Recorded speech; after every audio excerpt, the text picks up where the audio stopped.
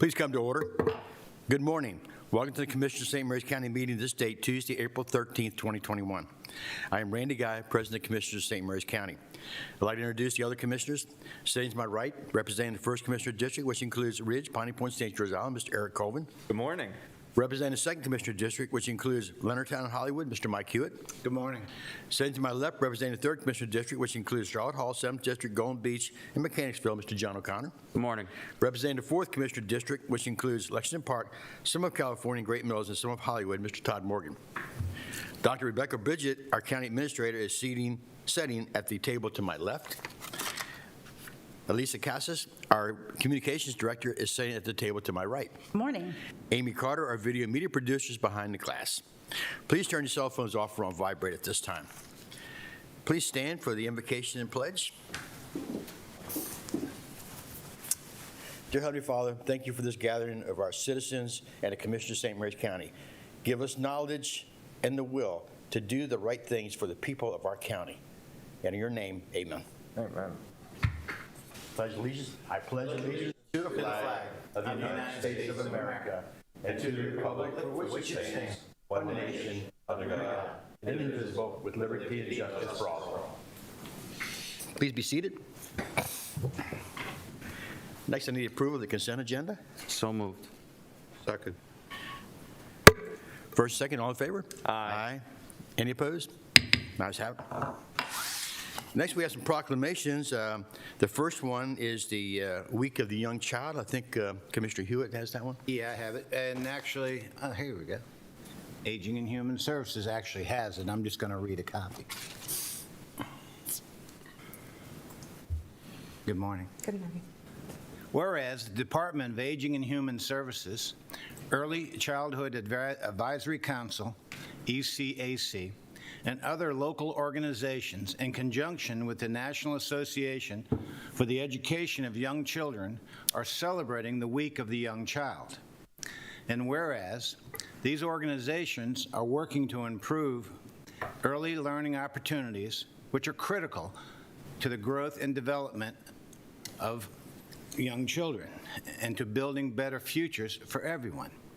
And whereas our young children and their families across the country and in St. Mary's County deserve access to high-quality early education and care. And whereas in recognizing and supporting the people, parents, programs, and policies that are committed to high-quality early childhood education as the right of choice for children. Now, therefore, be it proclaimed that we, the Commissioners of St. Mary's County, do hereby proclaim commitment to and support of the Week of the Young Child on April 13th, 2021, and encourage all citizens to do the same. Thank you.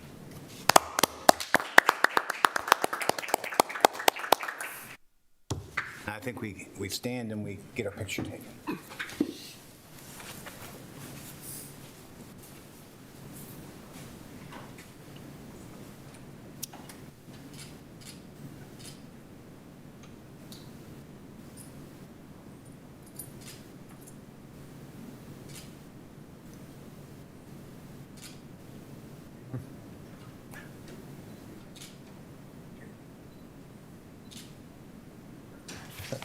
Thank you. Thank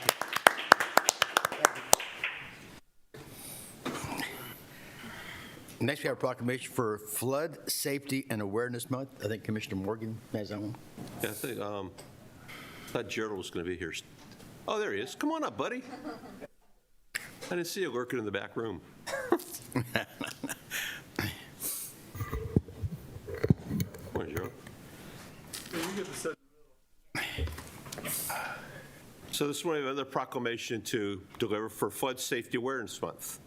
Whereas a flood is an excess of water from heavy periods of snow or rainfall on land, it is normally dry and can threaten homes and property from coast to coast. And whereas floods can happen anytime, anywhere, and without warning, and claim nearly 100 lives and cause billions in property damage in the United States each year. And whereas damage from a flood is not normally covered under a standard homeowners policy, and this spring will bring melting snow and seasonal rainfall, which can bring the potential for flooding. Where severe thunderstorms can create inland flash flooding and tropical systems can create coastal flooding in St. Mary's County, where there are 367 miles of saltwater frontage. And whereas the citizens are encouraged, don't turn around, don't drown. I'll say it again, turn around, don't drown when they approach flooded roadways, because just 2 feet of water moving can float and carry most vehicles, including SUVs and pickup trucks. Now, therefore, we, the Commissioner of St. Mary's County, Maryland, do hereby proclaim the month of April 2021 as Flood Safety Awareness Month in St. Mary's County, and urge all residents to become educated about flood hazards in your area and take the necessary precautions to help protect your family and home from potential flood hazards. Thank you.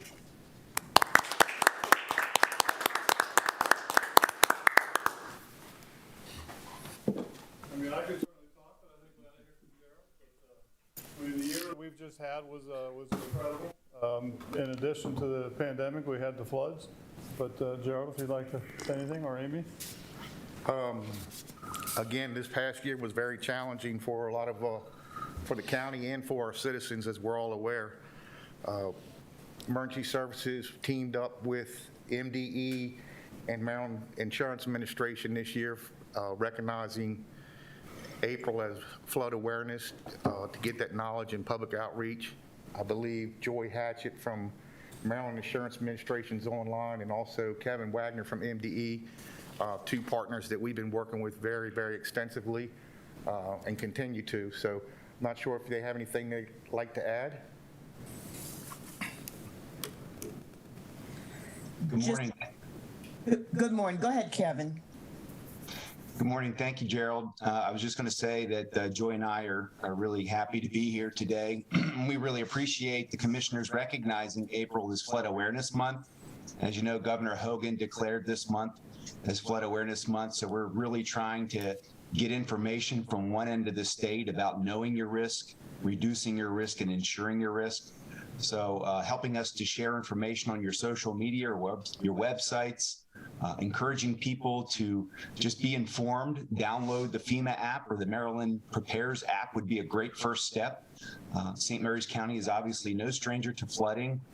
Many of you commissioners are actively involved in issues and projects throughout the county, so it'll be an ongoing effort, and we look forward to continue to partner with you. Joy? Just one additional thing.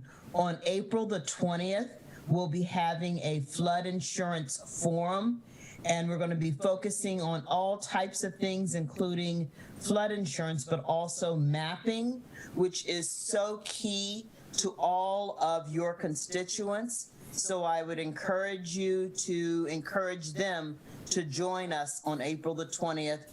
And Gerald, thanks so much for always being an excellent partner. Good, good.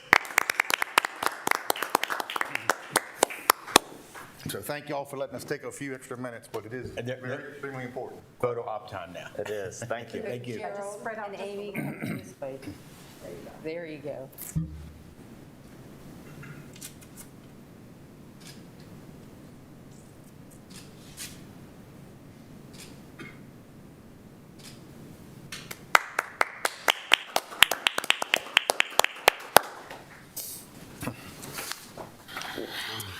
And next on the proclamation, we have the National Animal Care and Control Appreciation Week. I will read that now. Bring please forward our animal control people that are here today. All of you. Several of you come on up. Come on up. All of you can. Be fine. Yeah.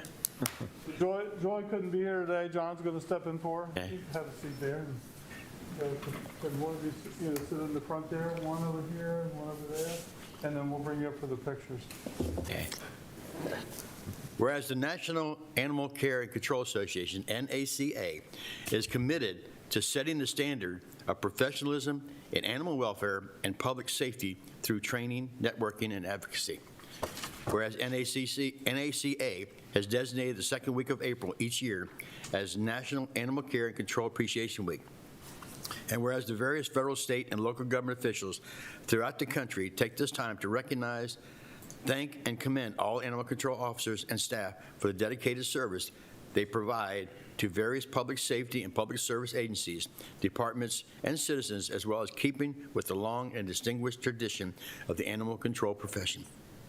And whereas the St. Mary's County Animal Control Division is dedicated to the health and safety of at-risk, helpless animals and work throughout the year to rescue and protect animals from injury, disease, abuse, and starvation. Now, therefore, we, the Commissioners of St. Mary's County, do hereby proclaim the week of April 11th through the 17th, 2021, National Animal Control Care and Control Appreciation Week in St. Mary's County, and encourage all citizens to join us in expressing our sincere appreciation for the service and dedication of our animal control officers and staff. Thank you, Commissioner. We're just getting ready to start building our animal shelter, you might say, or I like to say adoption center, and that's being started very soon here and become a very important part of all y'all's roles. Thank you. So we're pretty excited about that's getting underway, so that's outstanding. Again, Joy, our supervisor, couldn't be here today, so just a couple of things that John here, our most tenured animal control officer, does an outstanding job. This year was also a challenging year, trying to do this job in the middle of a pandemic. A couple of notable cases, we seized over 20 horses on one case. We had another one where we seized a number of dogs from a dog fighting thing. They all do an outstanding job, phenomenal. And again, I just, if you see them, thank them for what they do. Their main focus is animal rescue. Outstanding, they really are. So I think we're good for a photo op. We thank you.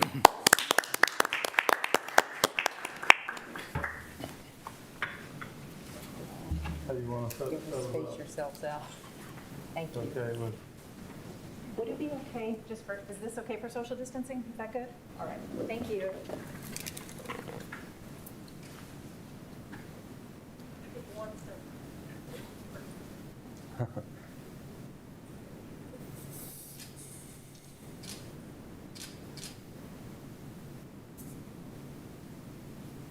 Good.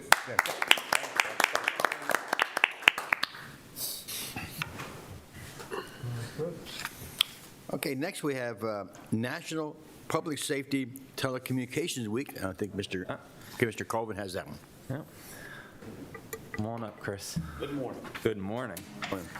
All right, this proclamation reads, whereas emergencies can occur at any time which require the prompt response of police officers, firefighters, or emergency medical services who are critical to the protection of life and preservation of property, and whereas the safety of our police officers and firefighters is dependent upon the quality and accuracy of information obtained from citizens who telephone communications dispatchers in the St. Mary's County Emergency Communications Division, and whereas public safety telecommunicators are the first and most critical contact our citizens have with emergency services and are the single vital link for our police officers and firefighters by monitoring their activities by radio, providing them information, and ensuring their safety.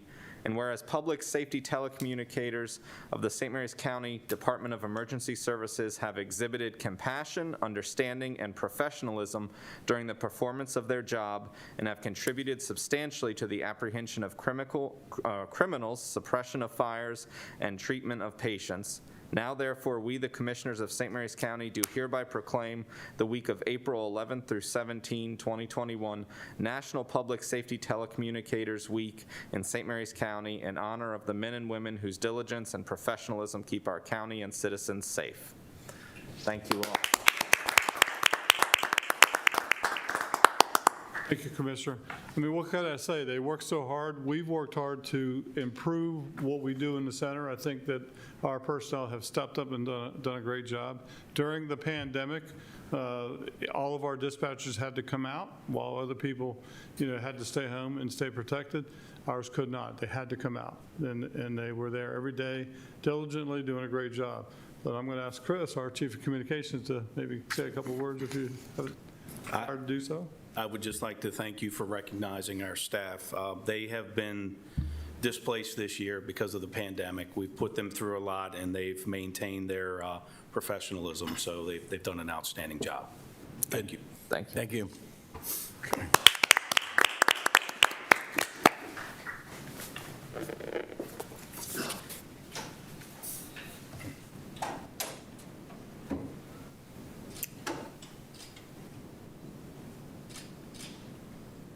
Thank you, guys.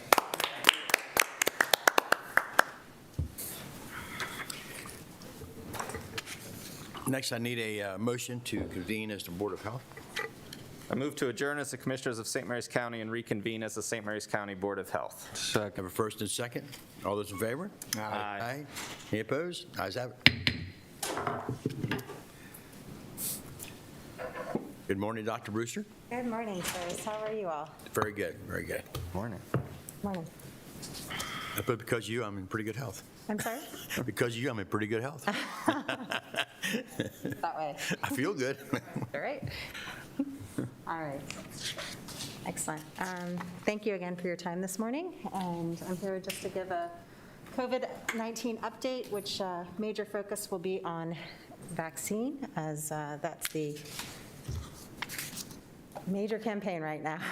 So thank you. We'll move forward and kind of go as we usually do and go through the data first, please.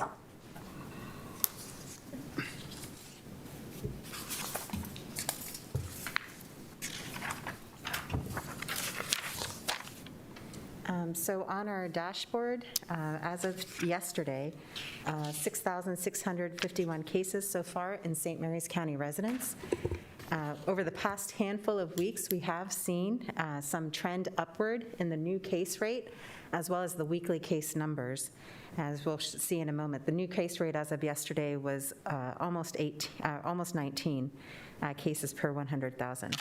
This is consistent with another surge in local cases, and maybe in part, at least in part, fueled by the emergence of some new variant viruses of concern. If you scroll down, please.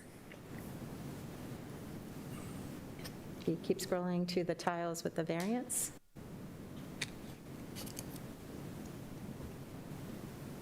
You can see actually, if you pause here, before we go forward, you can see at the very tail end here how our cases appear to be rising.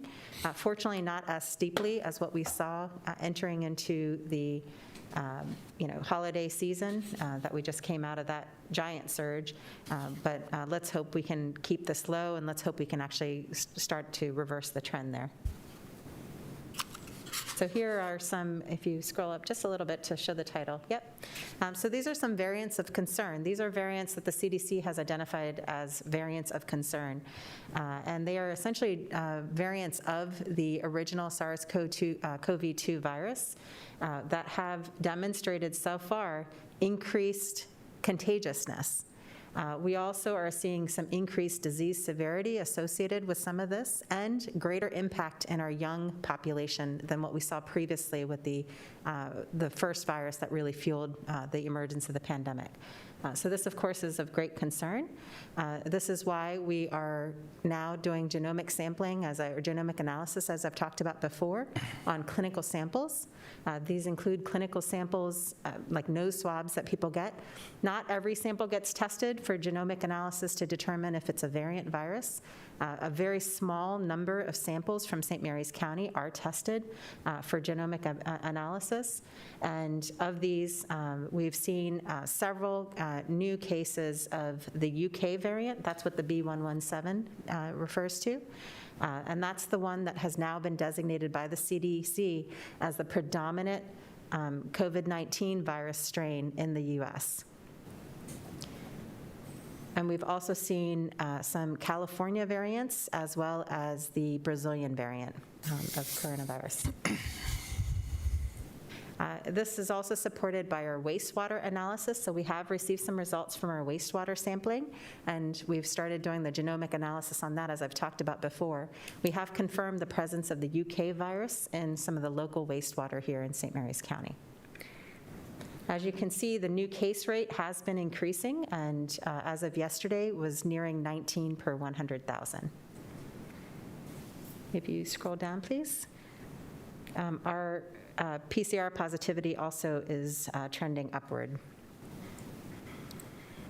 If you scroll down, please. Our RT, our transmission estimated RT, has been trending upward. This swings around quite a bit, as we've reviewed before, but it is sitting at about 1 today, or as of yesterday.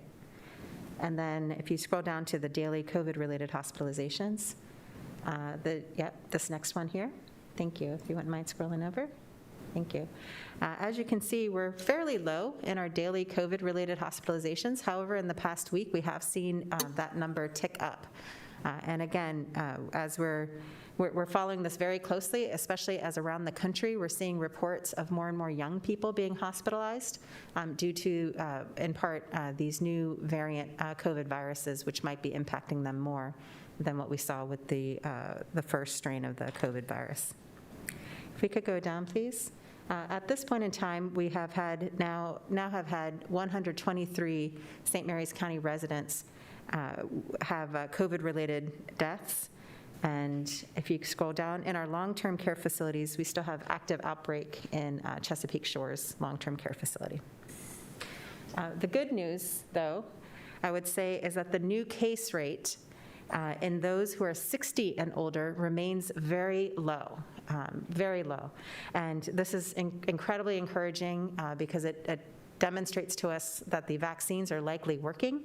As I'll talk about in a moment, and when I go through the vaccine data, the number of seniors in our county that have been now vaccinated is very high, which is excellent and likely is protecting them from having hospitalizations related to COVID infection, and also protecting them from getting COVID infection, including from these new variants that we have. However, our new case rate in the younger age groups is increasing, and that is where we're seeing currently this current surge being fueled. Go to the next slide, please.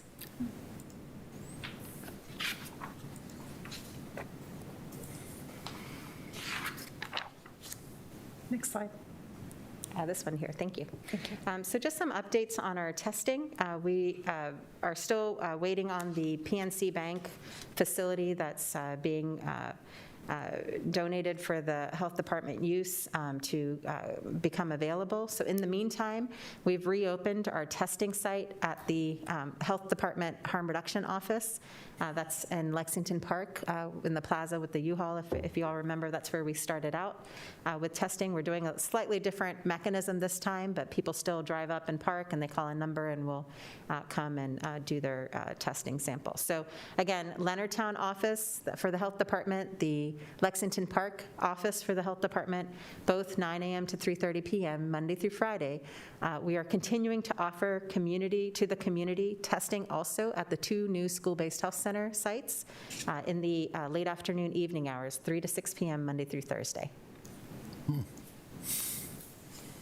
So since we last met, lots has happened with vaccine and the vaccine rollout. We are now in phase 3 as a county and then also as a state, which means that anyone 16 and older is eligible. And I'll talk through the eligibility specifically for the local vaccine clinics. All these web pages on our site have been updated with the new information. I would encourage our residents to check this out to get more information about vaccine and where we are right now. You can move to the next slide, please. So Dr. Brewster, real Yes, sir. quick, I think it's probably fitting that we talk about one of the top news stories today is concerns. I was going to bring that up a little later. Okay. Yeah. I didn't want to Great, thank preempt you. No but- problem. Yeah, I'm glad you're on it. Thank you. So the next one is really about who's eligible in phase 3. So our general population for St. Mary's County Health Department partnership vaccine clinics, anyone living or working in St. Mary's County who is age 16 or older. And again, only Pfizer vaccine is approved for 16 and 17-year-olds. In terms of verification of eligibility, what people would need to bring to the St. Mary's County Health Department partnership vaccine sites, it's really just so we can ensure that they're at least 16 years old if they're getting Pfizer, or at least 18 years old if they're getting Moderna vaccine. And then if they are not living here in St. Mary's County and they're working here in St. Mary's County, some demonstration that they work here in St. Mary's County, a letter or work ID or something like that would work. So would a high school identification work if they have I don't think Yeah. they put a birthday on it, but. Yeah, they don't. Typically, we ask for parental consent on the informed consent form, so as long as that's on there and it verifies that they're The 16. important thing, though, is that they have to have an ID of some sort with a photo. Yeah, some kind of identification so we know the person who were vaccinated. Thank you. Thank you. They can also bring a letter, or they can bring a birth certificate or something like that as well, or a passport. We can go to the next slide, please. So we launched, since we last met, we've partnered with a company called Pinpoint, which has been a great partner of ours throughout this whole pandemic. They've helped us with occupational health screening, including for county government. And now they've partnered with us to launch a pre-registration portal here locally for St. Mary's County. And people can go onto this pre-registration portal. It essentially will ask them just a few basic questions. I've listed some here. Essentially, some identifiers so we know how to contact them. So that way we can issue invitations to register for a vaccine when we have special clinic opportunities. And then also when we're trying to fill up clinics that our intended target audience may not have filled. So this is different than the state's pre-reg? Yes, this is different from the state's portal. The state does have a portal. I encourage our residents to use that as well if they're willing to go out of county to get vaccine. This is the portal that we're using, and we've already issued invitations for registration to several hundred, if not over 1,000 of the people that have pre-registered through this system. It allows us to help, it allows us locally to prioritize, continue to prioritize those who are 55 and older in our county. So it does ask questions about, are you 55 and older? Do you have chronic medical conditions? Are you of certain occupation groups? Because that's how we then go and we help prioritize those who those invitation links get sent to. But even if you don't fit any of the phase 1 or phase 2 eligibility criteria, you can still register through this pre-registration portal, and you may get invitations for a vaccine. We are continuing to prioritize seniors also who need telephone help through the partnership that we've established with the Department of Aging and Human Services. And again, thank you again to county government and that whole department team for being a phenomenal partner throughout all of this and getting our seniors linked to vaccine. Go to the next slide, please. Just some statistics, and then Commissioner Colvin, I'll go a little bit, in a few slides, I'll go into your question about the Johnson & Johnson vaccine. All right, so who's getting vaccinated? We've had some tremendous progress, even just in the past couple of weeks since I was last here. So far, nearly 40,000. These are data from yesterday, so it doesn't include all the numbers of people we vaccinated at our site yesterday, or throughout the county yesterday. So nearly 40,000 St. Mary's County residents have now received their first dose of COVID-19 vaccine. And about 25, almost 26,000 have now received their full series or full dose series of COVID-19 vaccine. Of those, includes some people who are not St. Mary's County residents who work here in the county. The Health Department partnership effort has administered over 30,000, almost 31,000 first doses, and of that, in addition, the final dose, almost 19,000 or actually almost 20,000 final doses after yesterday's numbers. So now about a third of our population has been vaccinated. And the percentage population vaccinated is, at least with their first dose, is highest in that 65 to 74 age group, very closely followed by those 75 and older.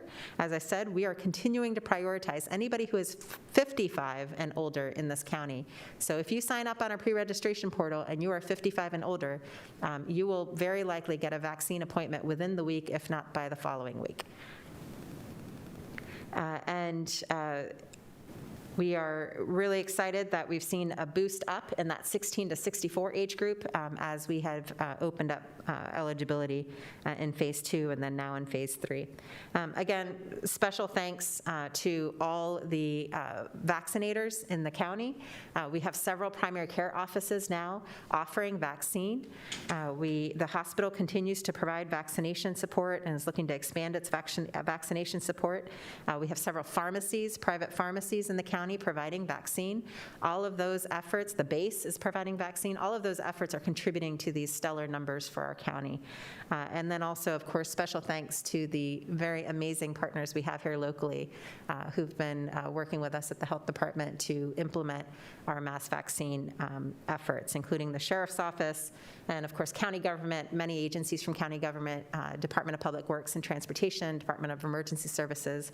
I mentioned Department of Aging and Human Services services already.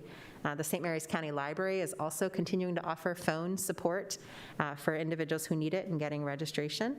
And our volunteer EMS and fire rescue departments in the county have been tremendous help at the vaccine site. I'd also like to recognize Maryland National Guard. They have been of incredible service nationally and here in the state, and certainly here in the county. They have been with us for a very long time, supporting our vaccine efforts and testing efforts, and I just want to express our deep appreciation for their ongoing service. And of course, for their commitment to all counties in Maryland and certainly here in St. Mary's County.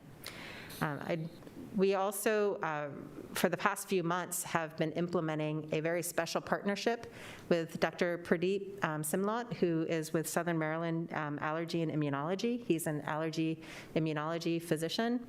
He and his team have been phenomenal in partnering with us to make sure to offer a special clinic for individuals who have a history of severe allergy and administer vaccine within his clinical setting, where they have, offered up for free their time and their space and their supplies to assist us with that. We are moving from that partnership to a slightly different change as more and more primary care practices get vaccine. We're encouraging people with a severe history of allergies. That means you've had anaphylactic reaction or something like that to prior vaccine or to injectable medication. This could also include injectable penicillin. If you've had that history of severe allergy to any other vaccine or to injectable medication, you need to first get cleared through your physician to go and get another vaccine, including COVID vaccine. And so we recommend for those individuals that they get vaccinated in a clinical setting, in a doctor's office. And so we encourage them to check with their primary care doctor to get that vaccine at their site. If there's more information on the allergy webpage on our website as well. If the doctor's office is not carrying vaccine, they can call the COVID-19 hotline at our health department at 301-475-4330 and we'll assist them in trying to get them connected with vaccine here locally. If we go to the next slide, please. In addition, we've been following, of course, and tracking the racial disparities related to racial ethnic disparities related to COVID-19 and then also related to vaccine access. Now, we have seen through our partnership, the Get Out the Vax partnership, we've definitely seen an improvement in the number of Black or African American residents who have gotten vaccine. This is, we're almost at 13% of those St. Mary's County residents who've been vaccinated identify as Black or African American, and we're slightly improving the ones for individuals who identify as Hispanic ethnicity, and currently it's at 2.4%. Go to the next one, please. And again, I mentioned Get Out the Vax. There's been a lot of activity with this very unique partnership and tremendous partnership, I think, we have with the local NAACP chapter as well as the local Minority Outreach Coalition, who've been working very closely with the health department for many weeks now to address questions about vaccine, to get the word out about vaccine, to help our neighbors throughout the county get registered for vaccine appointments. We've done a lot of groundwork, and we've also partnered with a variety of faith leaders in the community, and much appreciation for all of them who have helped us reach or provide information about vaccine to their congregants. We did have a very successful Get Out the Vax faith vaccine event on April 11th. This past Sunday, we vaccinated almost 500 people through the Get Out the Vax faith event, and then there was an additional few hundred people that were vaccinated that morning through other efforts. The Get Out the Vax campaign has been doing neighborhood canvassing, walking around door to door to give people information about vaccine, to answer questions, and as appointments are available, to also help get people registered for vaccine appointments. And then again, thank you to the NAACP local chapter as well as the Minority Outreach Coalition here locally. Great work. Thank you. I'm really pleased. Yesterday, we announced a very special public-private partnership with Safeway Pharmacies. This is, an incredible, incredible opportunity for our residents here in St. Mary's County. The initiative was steered by Delegate Brian Crosby, who had really advocated very strongly for our residents and getting access to more vaccine. Now Safeway is going to be partnering with the health department and all the entities that we partner with to implement vaccine here in the county to offer improved access to vaccine in the Great Mills, Lexington Park area by locating community vaccine events there, which I'll talk about in a moment. And then also to roll out vaccine access, because this is Pfizer vaccine, the only vaccine that's eligible for 16 and 17-year-olds. So we are now partnering with the school system to and the non-public schools and St. Mary's College of Maryland to offer a student vaccine initiative. So anybody 16 and older within the high schools or the residential students at St. Mary's College of Maryland would now have dedicated access to Pfizer vaccine starting this Friday and taking us through next Wednesday. So we're really excited about this. I'll talk more about it in a moment when I get to that. The community vaccine events. So this brings us to your question, Commissioner Colvin.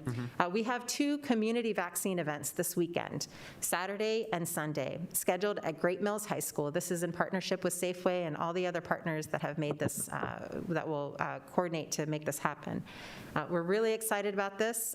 It will offer people can park and walk into the building. They do need to have an appointment to start, just like when we normally have our vaccine clinics, and they can go to our website to make that appointment. We originally planned to do Johnson & Johnson vaccine because we knew there was a significant demand in our community for Johnson & Johnson vaccine. So we had originally planned for Johnson & Johnson vaccine for this weekend. We are now shifting all those appointments into Pfizer vaccine, and we'll open the clinic back up under a Pfizer vaccine model. And the reason for that is this morning, around 7:30 this morning, the FDA and CDC put a pause on use of the Johnson & Johnson vaccine so they could further study it. As you know, with these vaccines, as we roll out these vaccines campaigns and millions of people get vaccine, they are being very closely monitored to see if there's any cause to pause the rollout and further study whether or not there have been any adverse effects. With Johnson & Johnson, it was announced that there were 6 people out of the 7 million people in the U.S. that have received Johnson & Johnson vaccine. 6 people developed a clotting issue, a blood clot issue, and because of that, they are pausing the use of Johnson & Johnson vaccine, and we will, at this time, not be offering Johnson & Johnson vaccine. We have not seen safety issues or adverse events of this type associated with the Moderna or Pfizer vaccines. Those are totally different types of vaccines. They run on a messenger RNA platform. The Johnson & Johnson vaccine runs on an adenovirus platform. I want to point out that the clotting issue that they've seen is something that is similar to a clot that happens with a stroke, but it happens in a different space. So this is actually what's called a cerebral venous sinus thrombosis, and the CVST. And what that basically is that when there's a clot that develops in a certain portion of the brain, and so some of the symptoms that people can get from that are headaches, fainting, they might have seizure depending on where the clot's located, and they might have other types of stroke symptoms. In these 6 cases, there were actually 6 women, younger women between 18 to their late 40s, who had developed this within 2 weeks of receiving Johnson & Johnson vaccine. And so it was time associated, and because there were 6 cases, they're looking further into it.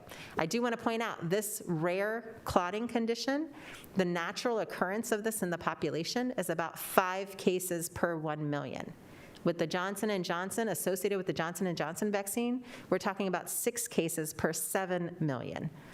So again, very, very low, rare occurrence. However, enough, because we are so hyper concerned about safety, enough to cause a pause right now while we can look into this further.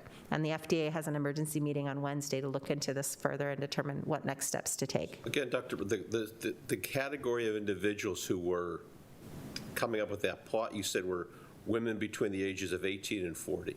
18 and late 40s. That's what, for the 6 cases that were identified. And within 2 weeks of getting the And within 2 weeks of getting the J&J vaccine, Thank you. correct. So there were 6 cases? 6 cases out of How 7 million. How many million doses? Out of 7 million, 7 million doses, 6 women. 6 women. Okay. And those were the ones within 2 weeks. And again, the natural occurrence of this condition is 5 cases, about 5 cases per 1 million. So far below what the natural occurrence would be, right? But still enough, and again, as I said, we're all very, very closely monitoring everything related to vaccines.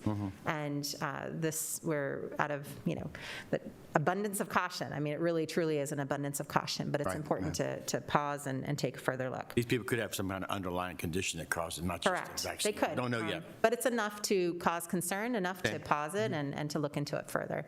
And I will remind the public that the Moderna and Pfizer vaccines have been out the longest. We've had Pfizer out since, December. And we have not seen those safety concerns. It's been a good handful of months now that we've been using Pfizer. There are tens of millions of people in the country, and then hundreds of millions of people around the world who've received Pfizer vaccine and Moderna vaccine, and we have not seen the type of concern that they're concerned about now with the J&J. And it is a very different kind of vaccine, a different platform, and a platform that we think is likely, as I talked about it before, a medical breakthrough in safe vaccine technology. If you could move to the next one. So the community vaccination clinics, there'll be some movement around with individuals already scheduled to make sure they want to continue to get vaccine now that we're switching it over to Pfizer vaccine. For the student vaccine initiative, we had always planned to utilize Pfizer vaccine. And so starting this Friday and taking us into Wednesday of next week, these will be held at the Hollywood Volunteer Fire Department through our normal drive-through mechanism. And again, there are specific days for each school, and all the invitations for a vaccine have been issued through the schools. So if you are a parent watching and you have a child who is at least 16 years old in any of the public or non-public schools, if you have not received invitation for vaccine, please contact your school. We are making sure that you get that invitation once you bring up that you haven't received it, we can certainly get you a re-invitation. So just to be clear, the events this weekend at Great Mills High School, that's for the entire county if you're registered for it. It's just being located at Great Mills High School. Yes. And then the student ones are still at the drive-through. at Yes, we Hollywood. are operating 2 clinics on the same days, on Saturday and Sunday. Okay. There's going to be a Great Mills High School clinic that's in the building, and there's going to be a drive-through clinic at Hollywood Volunteer Fire Department on Saturday and Sunday. The students are going to go to Hollywood Volunteer Fire Department, and the general community who wants vaccine can go to the Great Mills High School site. And again, tremendous partnership with all the partners whose logos are listed here, and especially want to recognize and thank Safeway for this incredible act of generosity that they're doing in making sure that in the rural areas of the county, or of the state, and in St. Mary's County in particular, we have solid access to vaccine. And thank you again to Delegate Crosby for arranging all of this for us. Go to the next slide, please. So vaccine appointments are currently available. We are, because of the news from this morning, we're updating the clinic links, and they'll probably be disabled for a period of time today before people can go back in and register to make sure that it's clear that it's Pfizer vaccine that's being offered, not Johnson & Johnson vaccine this weekend. And so if you, by the end of today or by tomorrow morning, we'll have the new links posted so the community can continue registering for the weekend clinics at Great Mills High School. I'm happy to answer any questions, commissioners, if you have. Dr. Brewster, Yes, sir. just so I'm clear, if you're 16, 17, if you're a minor, you need your parents' Yes. permission. So You do. you can't have a minor show up, say, I want my shot. Everybody who gets vaccine has to have an informed consent completed. I'm sorry, what'd you say? Everybody who gets vaccine, whether you're a minor or a major, have to have an informed consent form completed. The Safeway initiative in particular, you need to have a printed copy of the consent form. They operate, they need to have the paper version of it. And so the consent form needs to be signed by the parent. Okay, I just wanted to make sure minors are not getting vaccines. That's correct. I did listen to Delegate Crosby, and he talked about 9,000 vaccines. Those are obviously all Pfizer. Yeah, so those are going to be Pfizer now. There was originally, we had intended some of that to be Johnson & Johnson based on what the demand was in our county. Through our pre-registration system, we can see the people who want to have Johnson & Johnson. But now that there's a pause on Johnson & Johnson, we're switching that supply to Pfizer. Now, do you intend to distribute that whole supply at Great Mills High School on Saturday and Sunday? Or? No. The Great Mills High School events will be a certain amount of Pfizer on Saturday and Sunday, but then it's the collective amount that's also through the schools initiative. I guess I'm confused. Who's going to be administering the 9,000 vaccinations? So it's a partnership primarily between the health department and Safeway. We're both providing operational Safeway's support. not going to do the injection? No, they do. They have pharmacists, so it's their pharmacies. Got it, that's right. So Safeway pharmacies, they're actually sending a team down here to St. Mary's County. They're staying in hotels, and they're going to be operating the Great Mills High School Clinic. And then the health department, and of course, all the community partners that are helping, will be providing a significant volunteer support to assist them in those operations. There'll be some health department vaccinators there and health department nurses drawing up vaccine, as well as the Safeway pharmacists and operations team that does vaccine.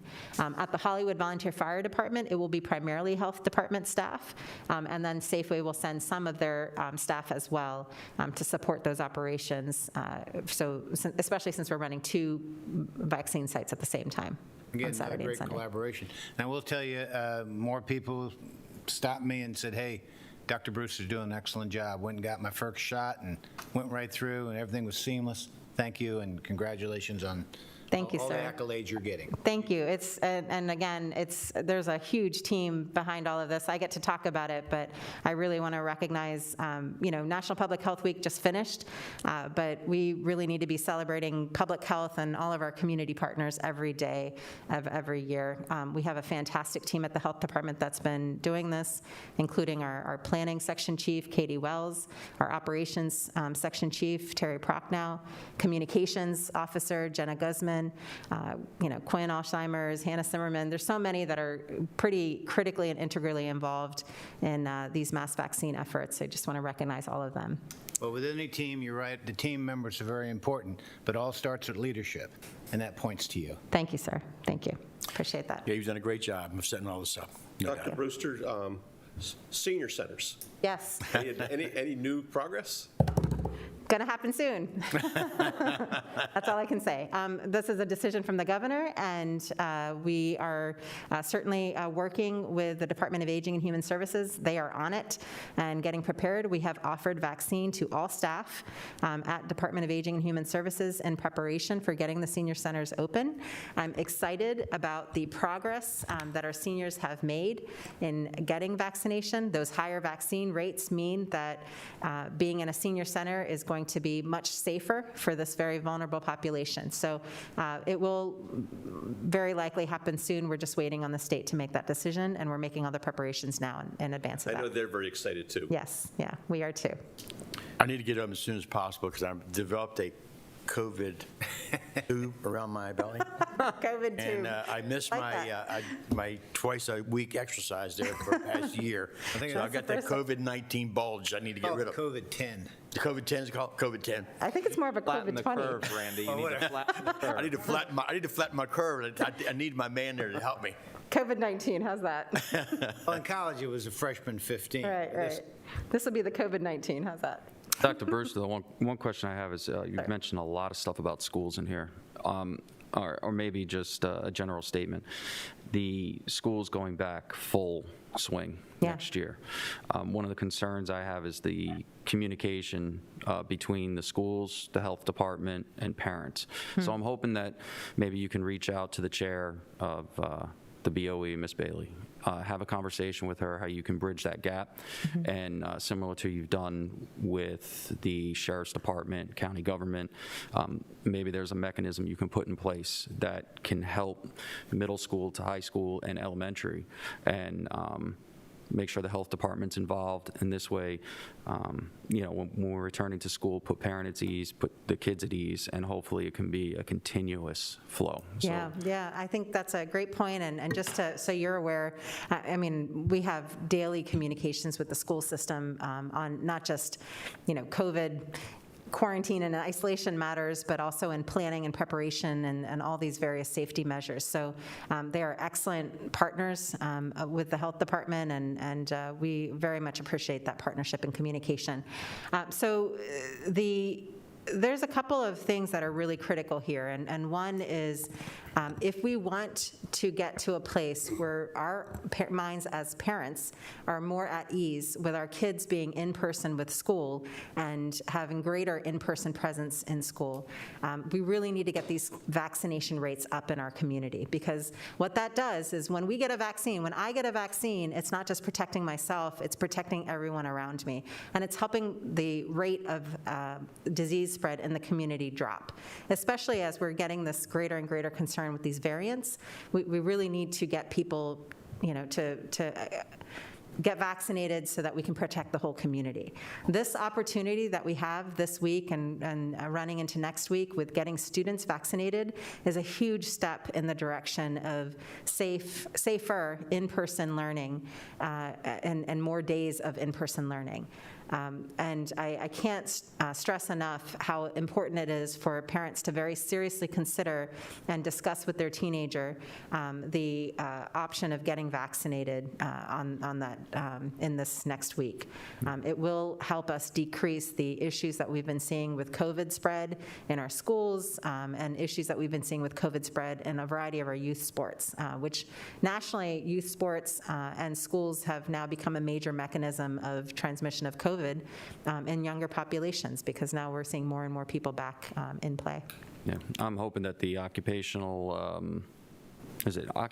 nurses that would go into the facilities that are already at the schools? So the schools have their own occupational nurses that they've contracted during COVID to help manage that side of things. And then, of course, they have their existing staff. Okay. And those nurses and other staff members at the schools coordinate with the health department nurses when cases come up. But it has been a significant load. Certainly, as schools have returned in person, we've seen more and more cases and outbreaks even related to like I said, various settings, including youth sports.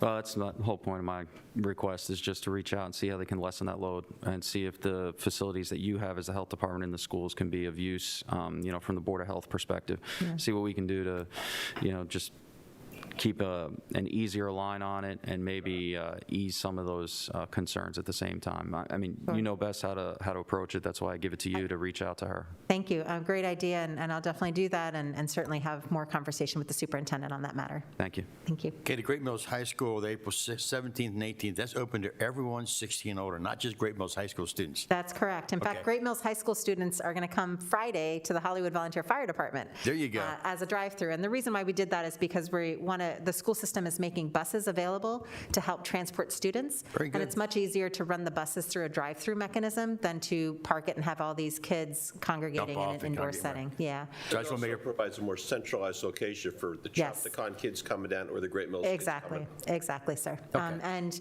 it also allows us to operate in a very efficient manner with the high number of people we expect on those clinic dates. Very good, very good. How are we doing vaccination-wise compared to the rest of the state? Our county is? Our county is doing pretty decent compared to the rest of the state. I mean, it's every county is working really hard to get vaccines. Other counties have mass vax sites that are state-run in their jurisdictions, so they have access to those sites as well. Right. We are the state overall is trending at about similar numbers as we are, in terms of about a third of their population has received first doses. And it's different from county to county in terms of the distribution across age groups. Well, the day I was at Hollywood, it looked like a mass vax site. It looked like a mass vax site the day I was at the Hollywood fire Call it a department. mass vaccine site. It A lot may of not people be. there, a lot of Yeah, cars. yeah, it is. And we've been operating it, really, I guess almost, what was it, late December, we stood it up.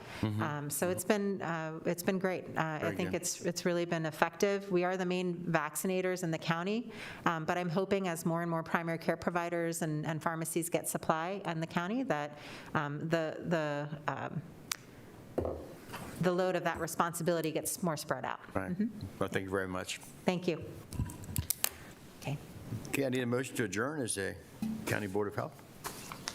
I move to adjourn as the St. Mary's County Board of Health and reconvene as the Commissioners of St. Mary's County. Second. All those in favor?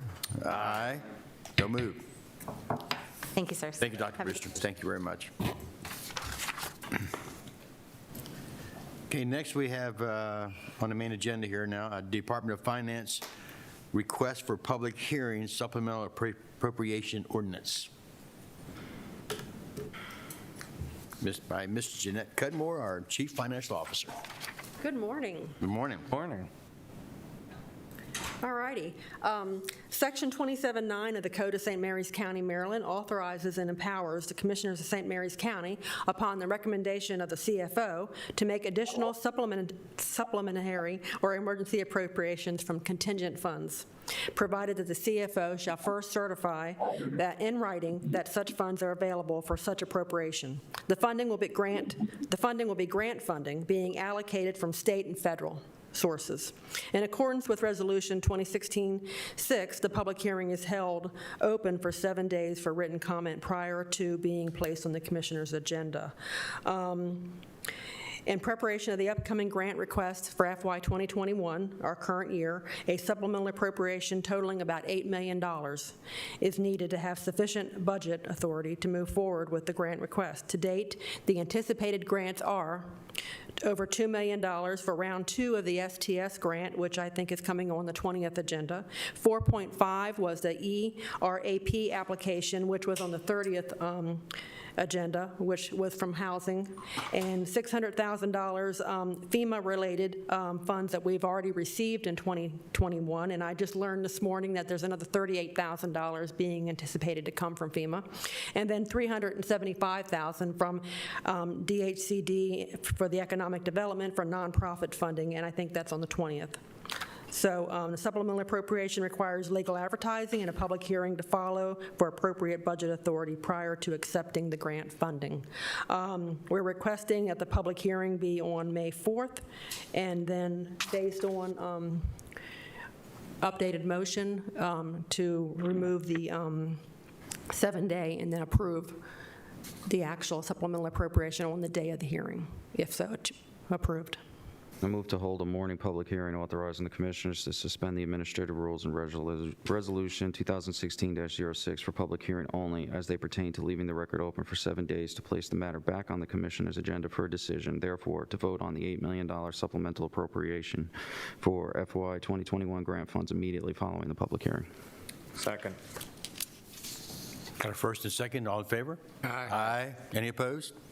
Ayes have it. Thank you. Thank you, Ms. Cudmore. And next, from the Office of County Attorney, request for public hearing, St. Mary's County Public Ethics Ordinance Revision. Good morning, Mr. Commissioners. Murphy, you're going to be presenting I today. am, yes. Deputy County Attorney, thank you. Thank you. So this request for a public hearing is concerning the ethics ordinance. In 2019, our ethics ordinance was updated in accordance with the requirement from a 2017 law that was passed by the General Assembly. Since then, the Ethics Commission updated the ordinance in a number of ways, one of which was to place or to change the ethics ordinance, which originally stated that the records for financial disclosure statements were to be with the county administrator. They're based on the changes, they're going to be with in the county attorney's office because Diane Gleisner is the secretary for the Ethics Commission and would be the record holder for that. And then the other change, more significant, was that the financial disclosure statements, originally as written, we would retain the most recent 5 years. However, if somebody began their term more than 5 years ago, we wouldn't have the original statement. We would have only had the last 5 years.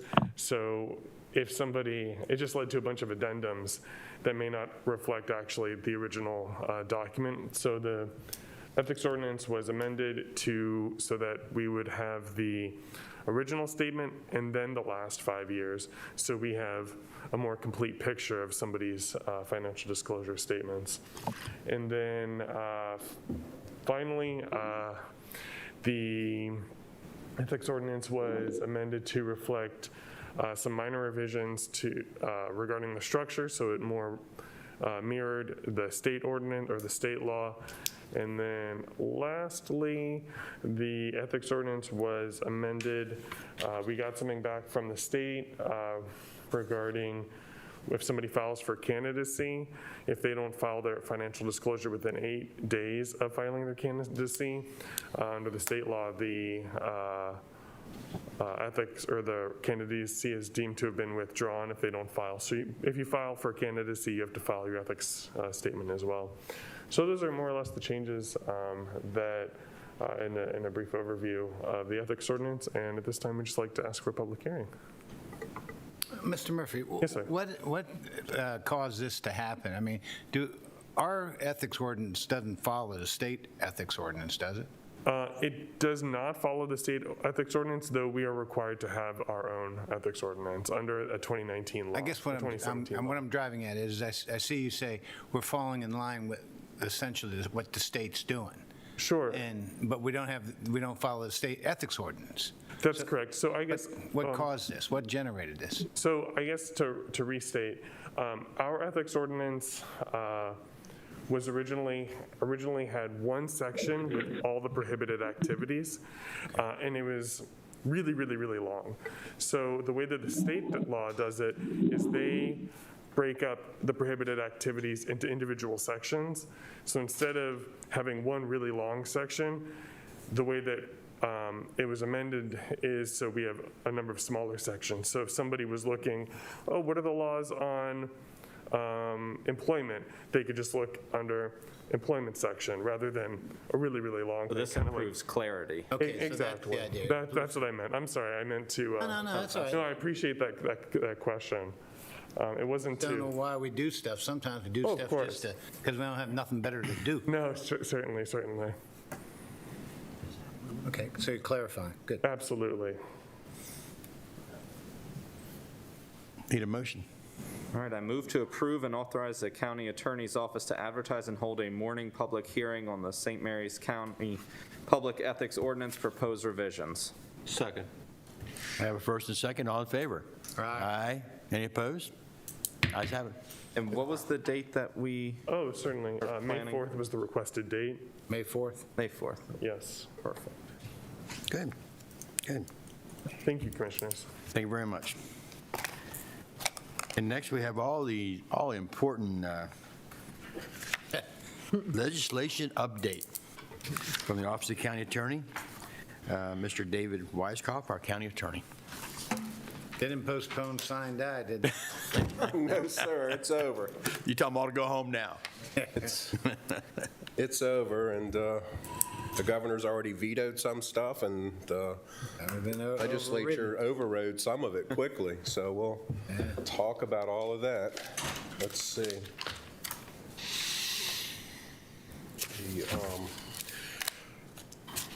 House Bill 590, the capital budget that was created, we gave you a list of all the monies that were awarded to St. Mary's County. I'm happy to go over them if you would like. $150,000 was given to the St. Mary's County Sports Complex to help, plan, design, and construct. $1.8 million for detention center upgrades. $250,000 for the Innovative Center for Autonomous Systems out at St. Mary's County Airport.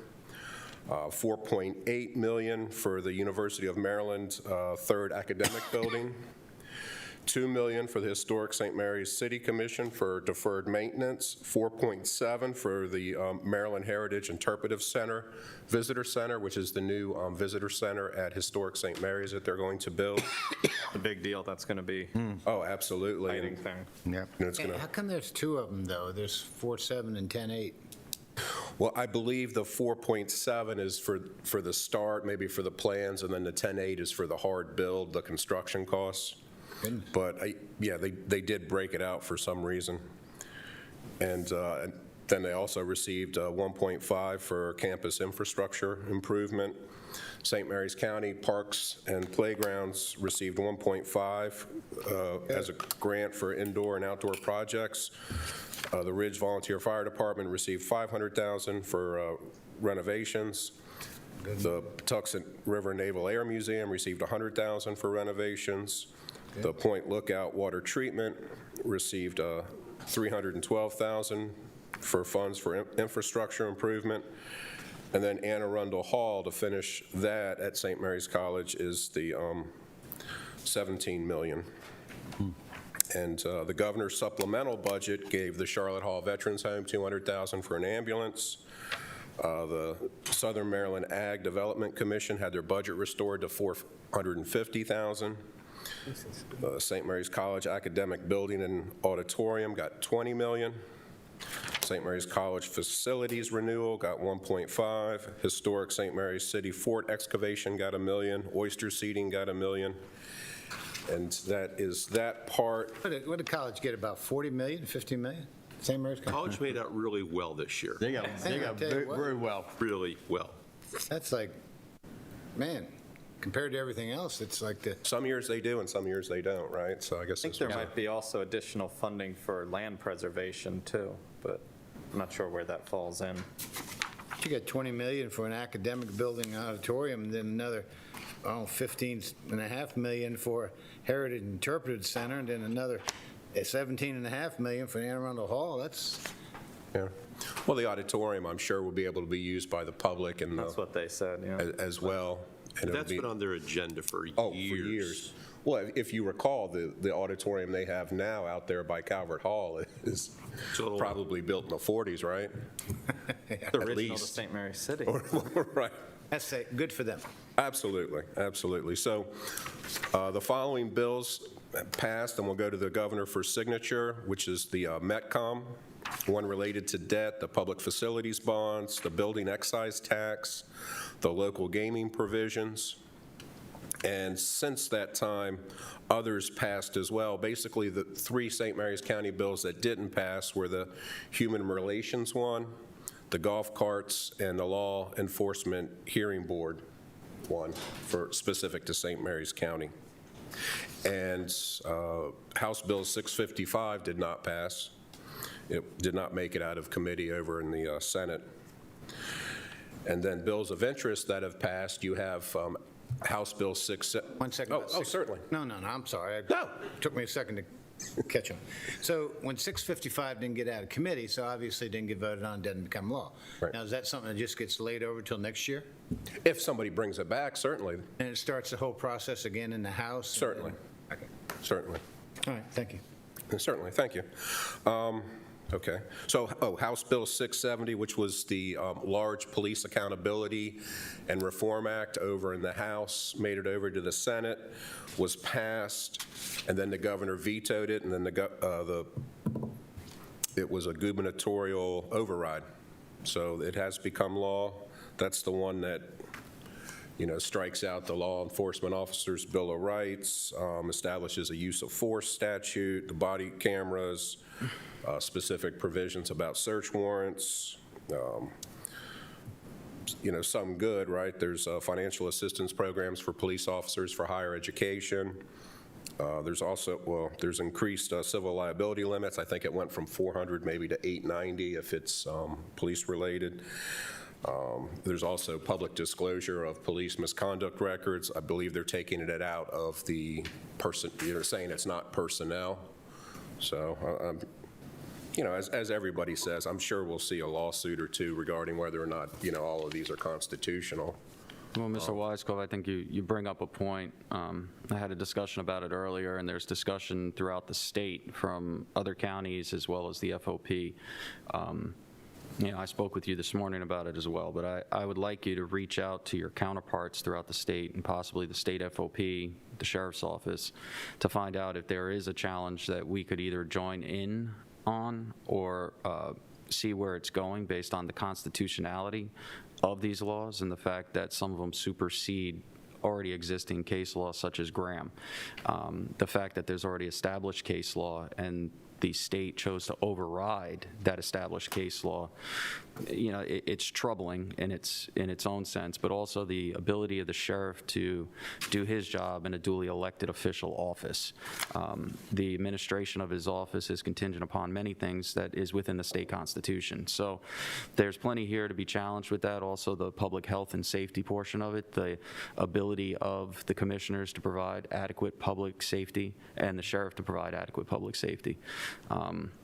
So I'd like to see what thoughts you have on that, as well as your colleagues throughout the state, and how we may be able to challenge some of this based on those things that either the governor has stated, but also the constitutionality.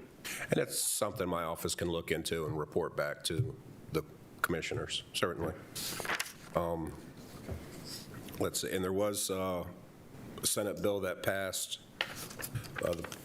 regarding police will no longer be allowed to have to receive surplus military equipment, and also that there's now a new law that will go into effect about investigation of death caused by police officers. If the local state's attorney decides not to prosecute it, then it could get forwarded to, I believe, the office of the Brian Frosch's, office. There's also, like I said, they did a lot. Was it Senate Bill 178 was the what's known as Anton's Law regarding search warrants and inspection of records under the relating to police misconduct. Senate Bill 71 is regarding the body-worn cameras, employee programs for police officers, and use of force. Senate Bill 51 is regarding the Tri-County Council for Southern Maryland, for them to become the property manager of the RAC. Mr. Weiskopf, one other thing that was notable in 670 was that they stated in there that this board, the local board, would have to go ahead and create a police accountability board.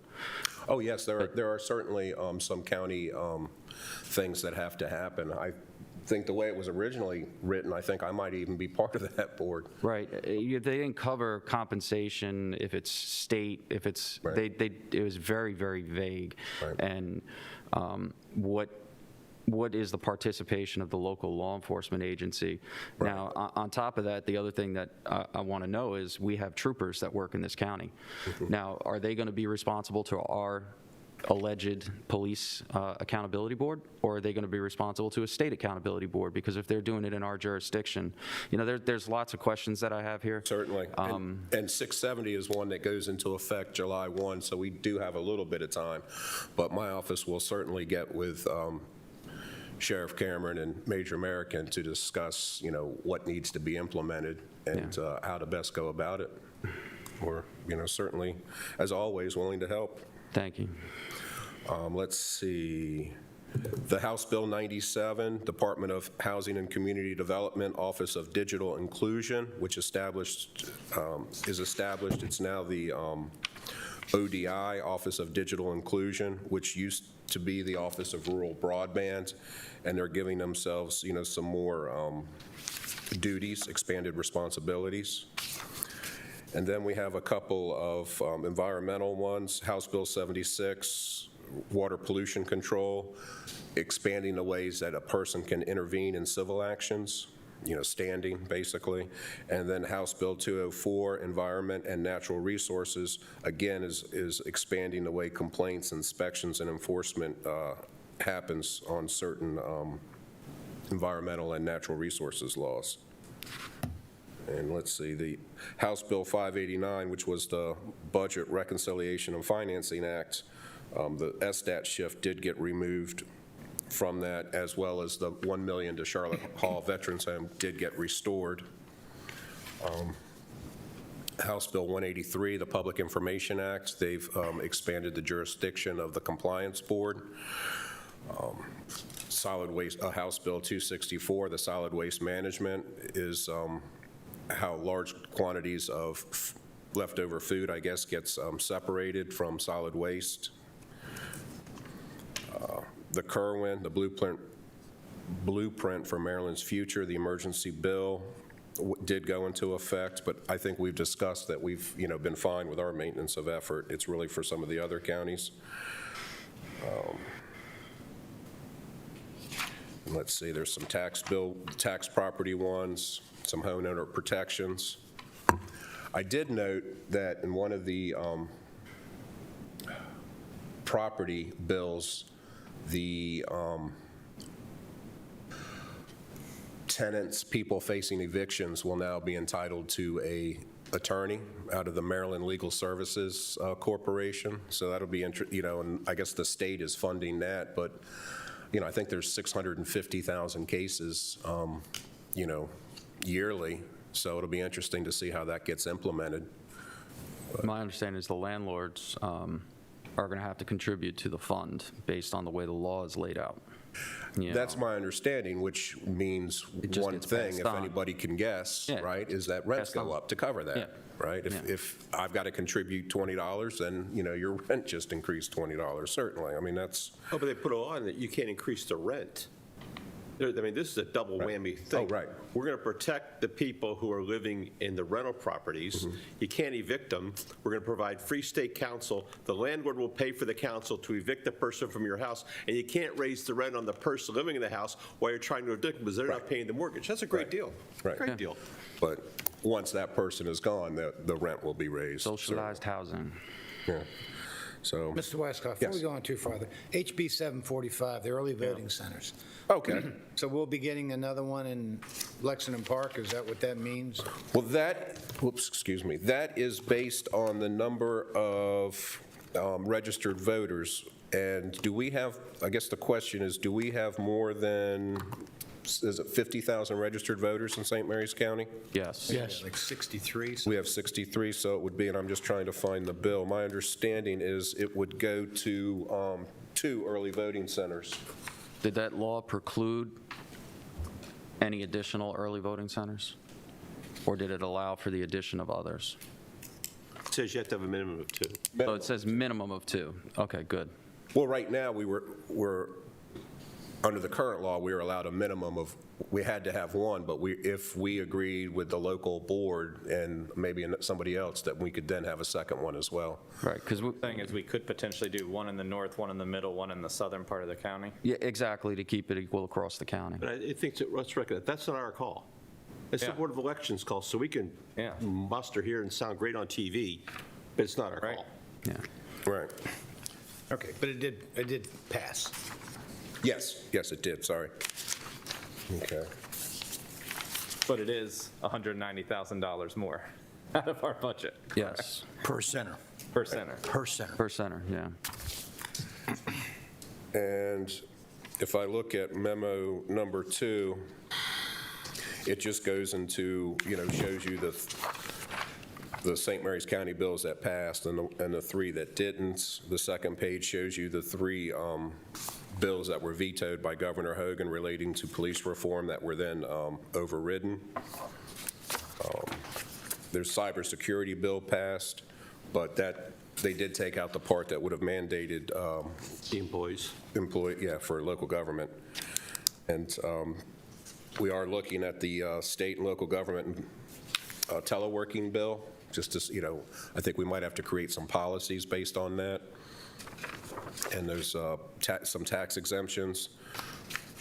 And there's something called the permanent absentee ballot list that you can now belong to and get a ballot mailed to you each time, and some ballot drop boxes. Interestingly enough, they passed a law regarding alcohol beverages for sale and delivery off premises, right? That it's only going to be for a couple years. I believe that the county has to opt into it if it so desires. Obviously, that would be the St. Mary's County Liquor Board's decision. I think, seeing an email from Ms. Hildebrand and Angela Blondino, they're going to do some work sessions on it and talk to some other people. The big, question on it is, it's a gold mine for underage kids, right?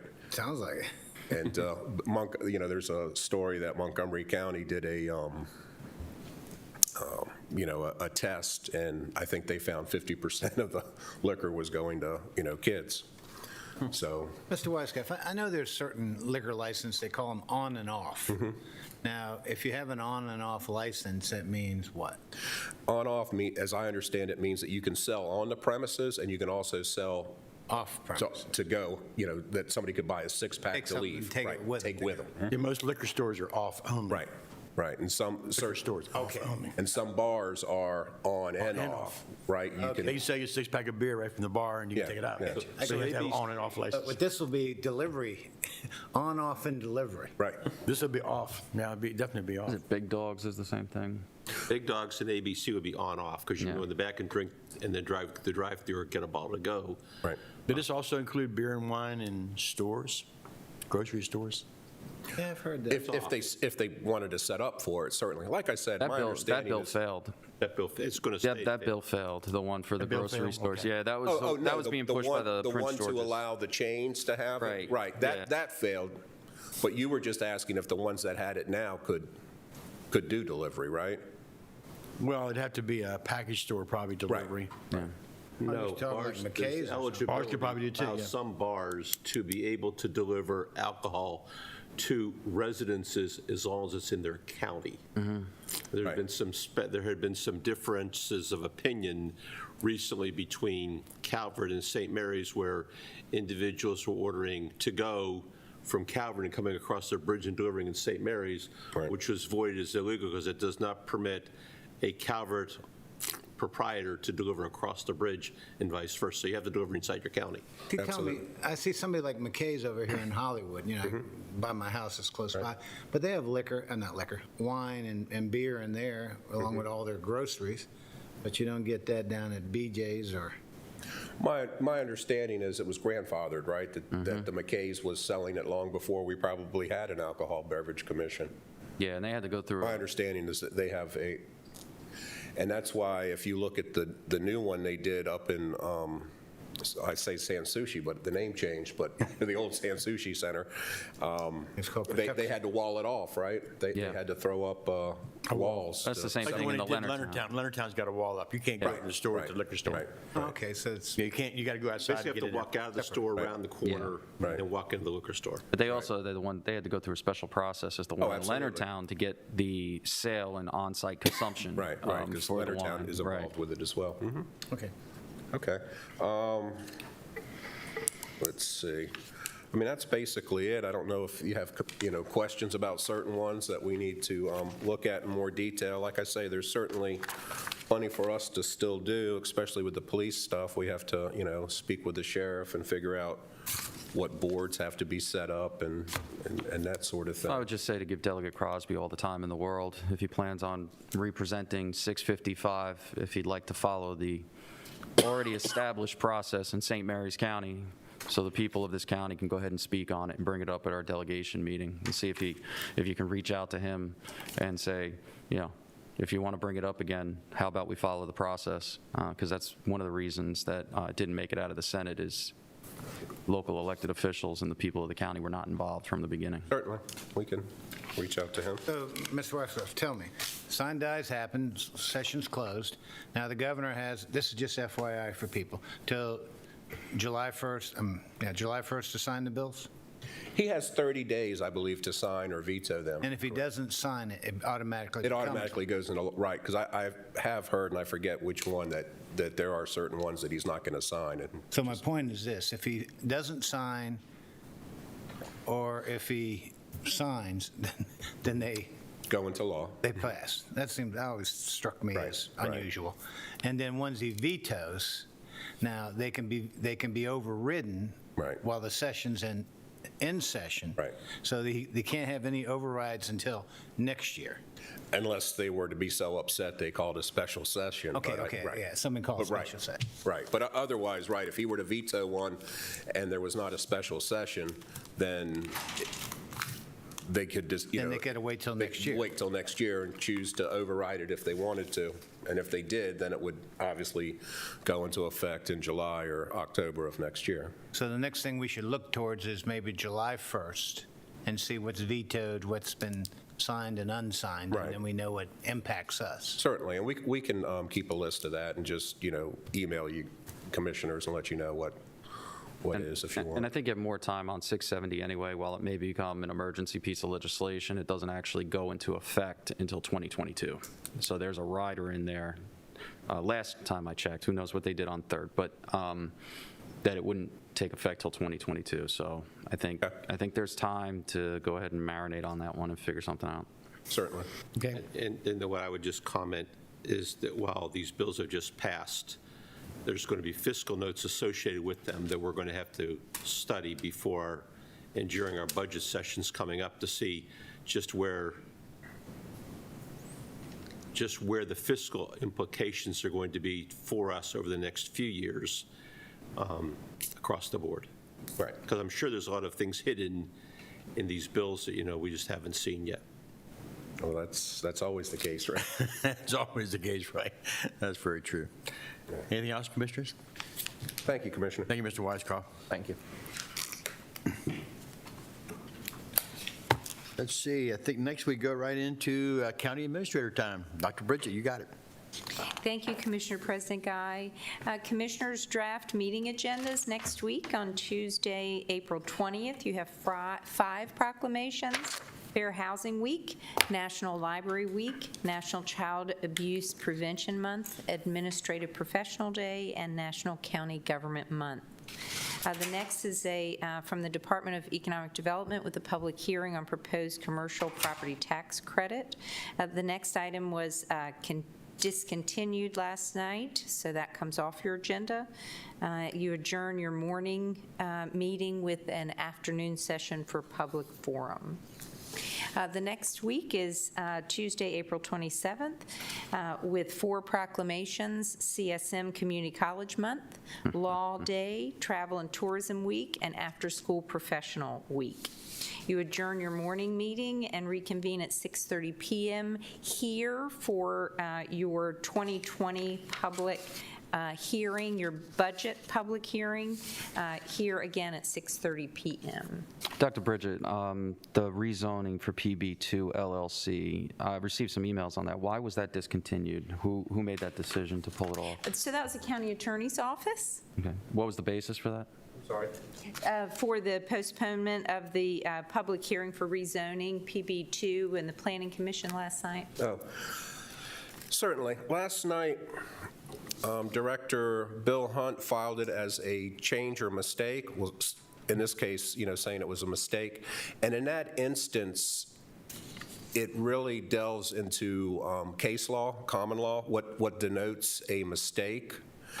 And one, it's what the case law calls an onerous burden, that there needs to be very strong evidence that there was in fact a mistake. And so what my office wanted to do was to be able to research it more and see what exactly happened in March of 2010 when the comprehensive plan was adopted. And then in August of that year, the zoning maps were adopted. And so what my office wanted to do, and what we'll do in the next couple weeks, because it's just been continued until June, is review the tapes.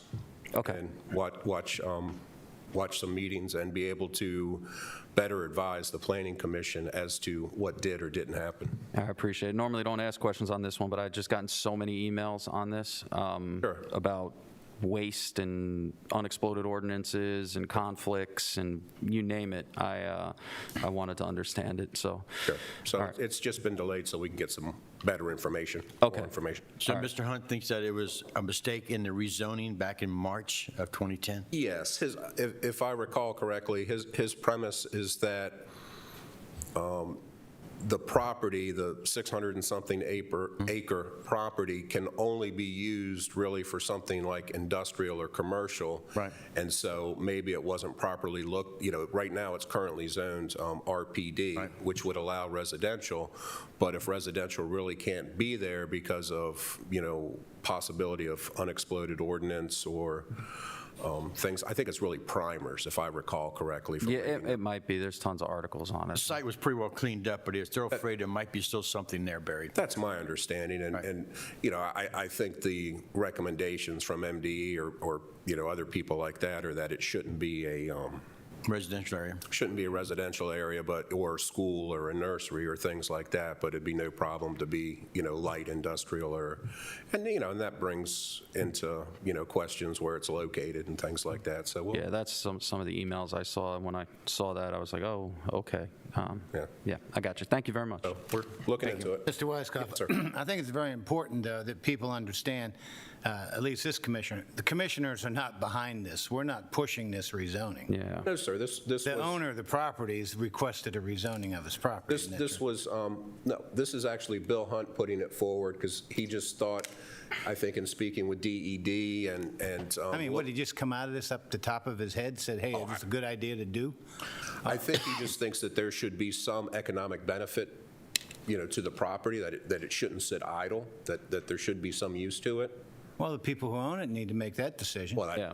I mean, that's true. I have to agree. If the people that own it didn't come forward and request this, then it's a moot point to me. I don't know why we're trying to do something, because our department head is a reflection of us. So that's why we're getting the emails that say, why are the commissioners doing this? So that might be some of the logic that's coming from Yeah, behind I would it. say I'm not behind this at all. And honestly, what I guess I would say also is that when something is discovered as a mistake, it seems like there ought to be some kind of an airing of it. I don't understand how well, maybe when he's here to talk to us, he can explain to us why he thought it was that important to change it. Certainly. Thank you. It's important to understand, obviously, I understand where you're coming from, but obviously, if Mr. Hunt sees it's been an error, that's a piece of it. But simultaneously, I think we've got to look at, being, might be the word to use. We have a lot of problems down through Maypole Road, McIntosh Run with flooding. And the question becomes, if that's where the flooding and things start, are there things that we can be doing, because we know the state's not going to help us. What can we be doing to improve water flow conditions starting at the top and working their way down, so we don't have issues like Maypole Road and McIntosh Road when another tropical storm Isaias or something hit? And I don't have all the answers, but I'm looking at finding creative ways to solve problems that we have an opportunity to do, and that maybe take place when the comprehensive plan comes up too. So Yeah, there's a lot of this isn't just a one and done. Well, I guess what I'm concerned about or confused about, combination of both, is that here we had this 7-Eleven thing a while back that, one of the person who wanted to buy the property, 7-Eleven, got with their agent, local attorney, and applied for this, and our land use looked at it and said, okay, maybe that should be changed. Now, again, we had our input on that. Right. Now, this didn't come along. I just don't know how it got on our horizon, how it got to our planning commission without a request from the property owner. So that part's confusing to me, because it seems like if land use and growth management has time to go through every single property in St. Mary's County and determine which ones were maybe mislabeled or miszoned, it may take them a while. Oh, So this one certainly. doesn't smell right to me. That's what I'm going to be. Yeah, I'd also like to see who the members of the LLC are. Well, you knew. Well, from the, Mr. Ficina, obviously, right? That's what we've seen in the. And the benefactors of these guys. Yeah, that's what I want to see, because if you look it up in SDAT, all you have is their certainly. resident agent and authorized person. So, I'd just like to see who the members of the LLC are. I'd like to know where this is coming from and why it's a particular piece of property located in the county, and in particular in the north end. Call your friends in Great Mills. Okay.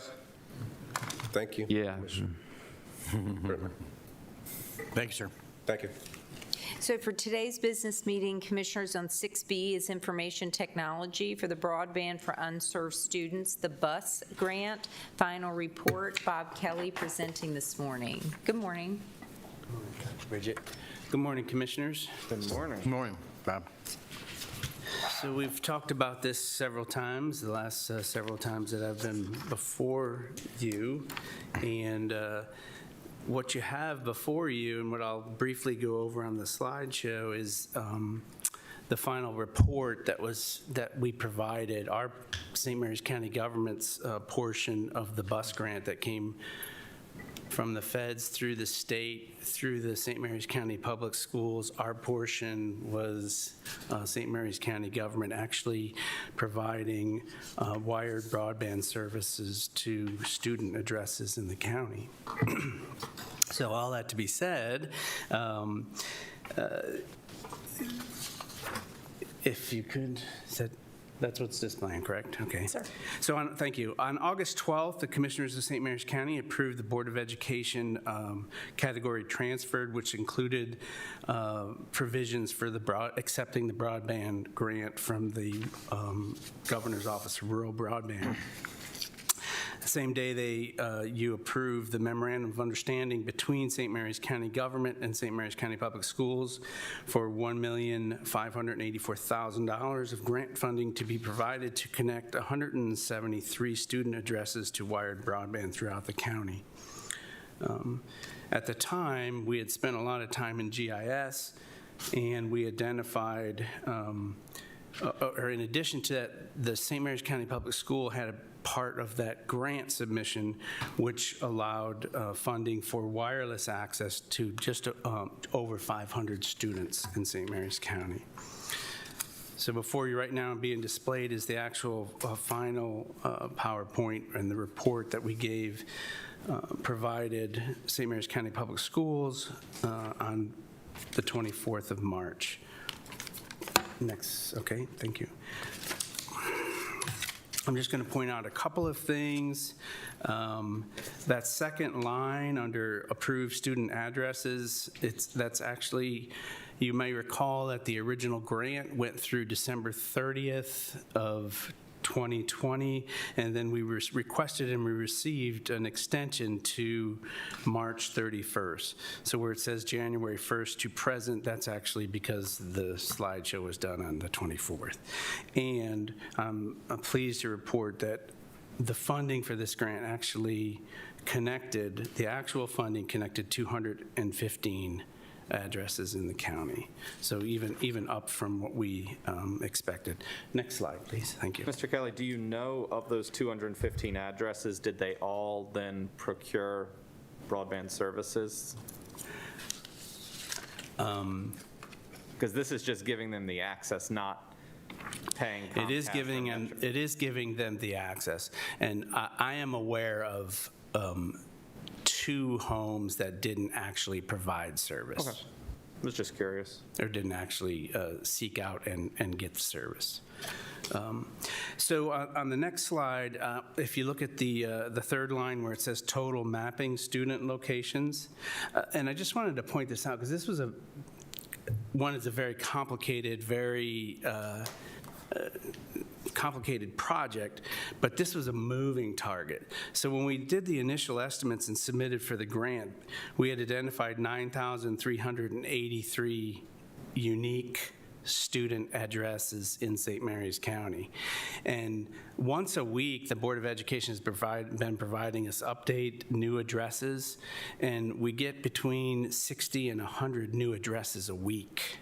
Now, could you explain how that happens? Yeah, that seems like a high number. I think it's probably a combination of people moving into the county, people moving locations within the county, and then people choosing to re-enroll into public schools. That's exactly what we're finding. That's exactly what we're finding. And so when we ended on the 24th, of course this number's actually changed because there's been a few more weeks now, but on the 24th we actually were looking at 10,528 addresses in the county.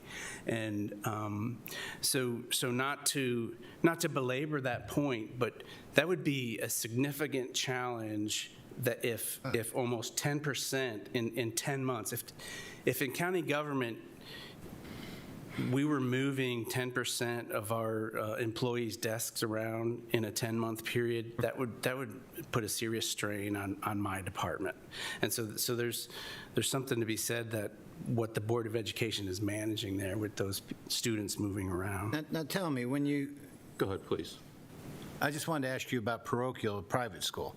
Yes. I mean, I go to St. John's Church in Hollywood. I've said that before, but the point is we had a presentation about some people wanting to build, start a new high school. They think Riken's too high. Not that there's anything wrong with Riken, but they just feel it's out of some people's range. So are those, are the Little Flowers and St. Michael's and are those schools all part of this student? So this particular grant was specifically for public school students. It was written that way, and that's how the money came down. You may remember, commissioners, when I was before you on the 12th and discussing some of this, you actually authorized a plan of action that authorized me to look into the parochial and private schools operating in St. Mary's County, and I have reached out to them and I have received some of that information. The numbers are very, very similar. The percentages are very, very similar, and I believe we're in very good shape, and certainly if if there's more opportunities to expand in the future, that plan of action allows us to incorporate the program in private schools. Right. Well, I always thought people sending their children to private school, it's a deeply personal decision how you want to educate your child. And I understand that 100%.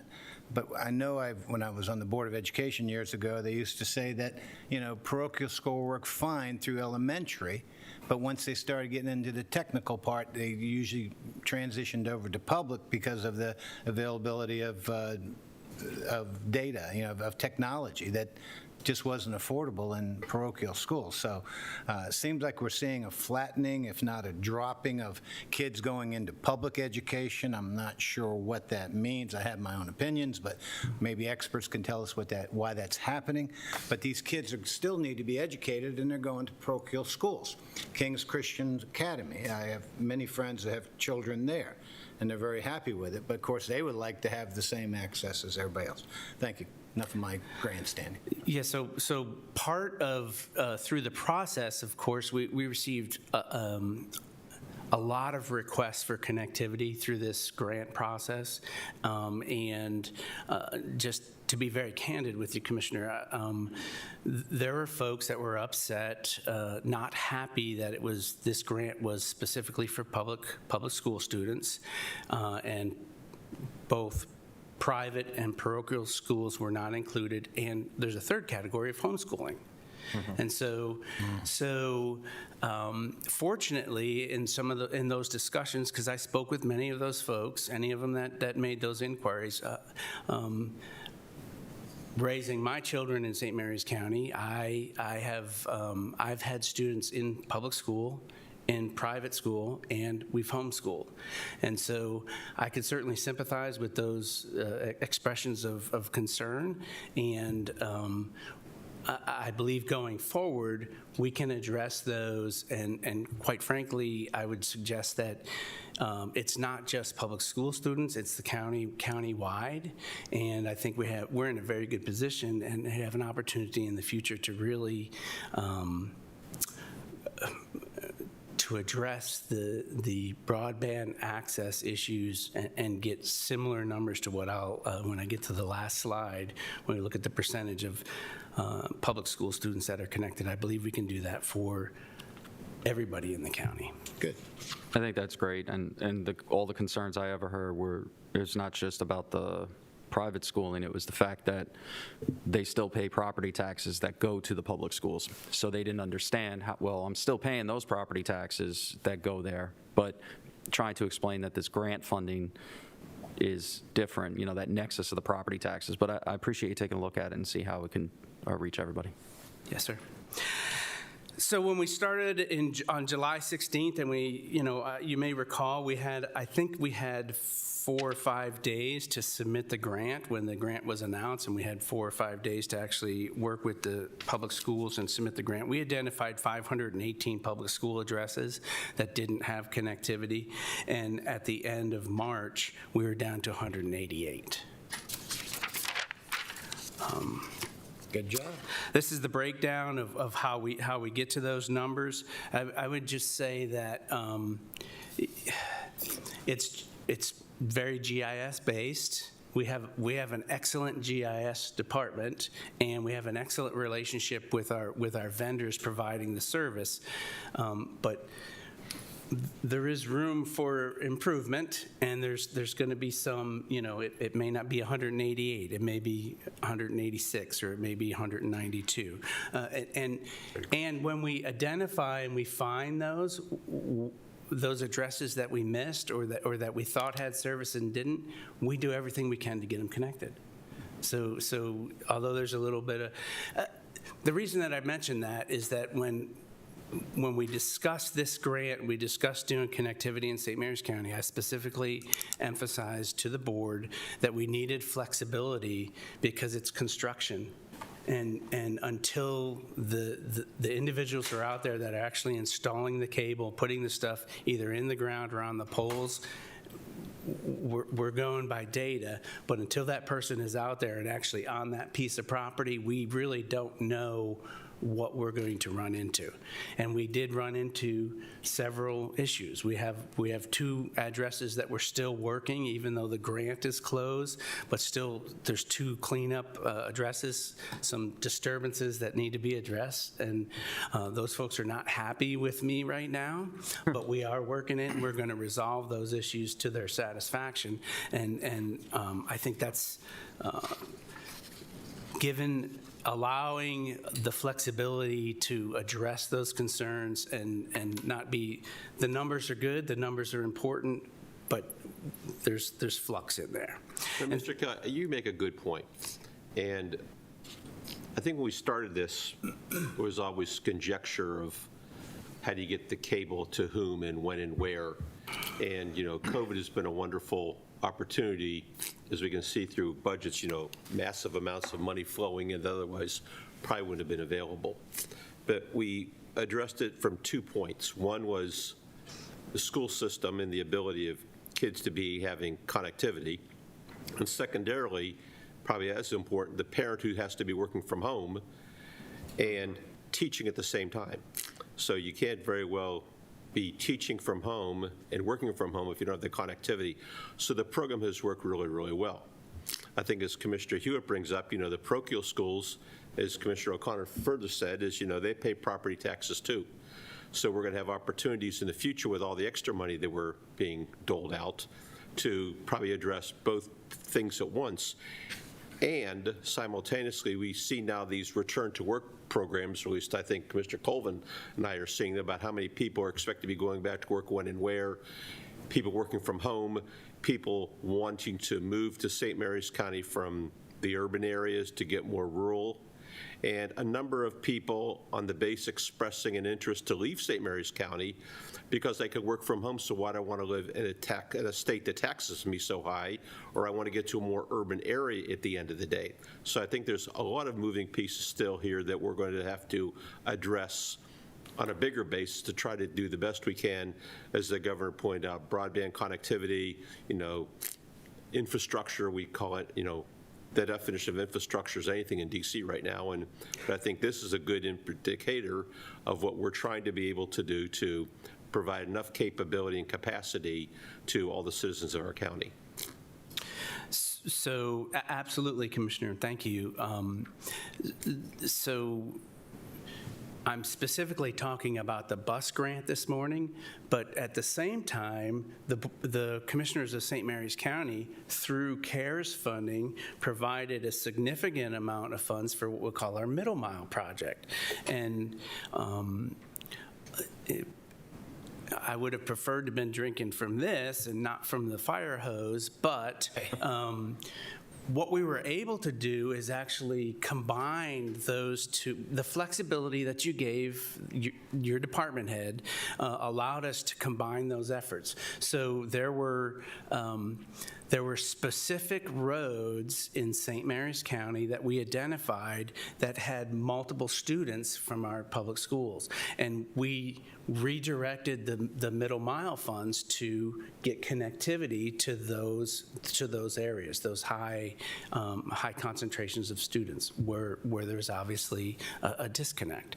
And so the numbers that I provided, we connected 215. Well, the real number, that's 215 that the bus grant paid for. But when I combine the two projects together, we actually connected 330 of those, 330 addresses in St. Mary's County, okay? Student addresses. And so what that really means percentage-wise is 98% of our public school students have access to wired broadband in St. Mary's County. Good move. Listen, you've done a wonderful job, in my opinion. You know, like you said, you had this water coming at you from the fire hose, this funding, and you've really done a great job. You're never going to make everybody happy, but thank God you work for St. Mary's County, sir. And there's good people behind me, right? My GIS, my database folks, the collaboration is really good too. Thank you very much, sir. So that's the presentation of the bus grant. I will make a plug since there was some discussion about future funding.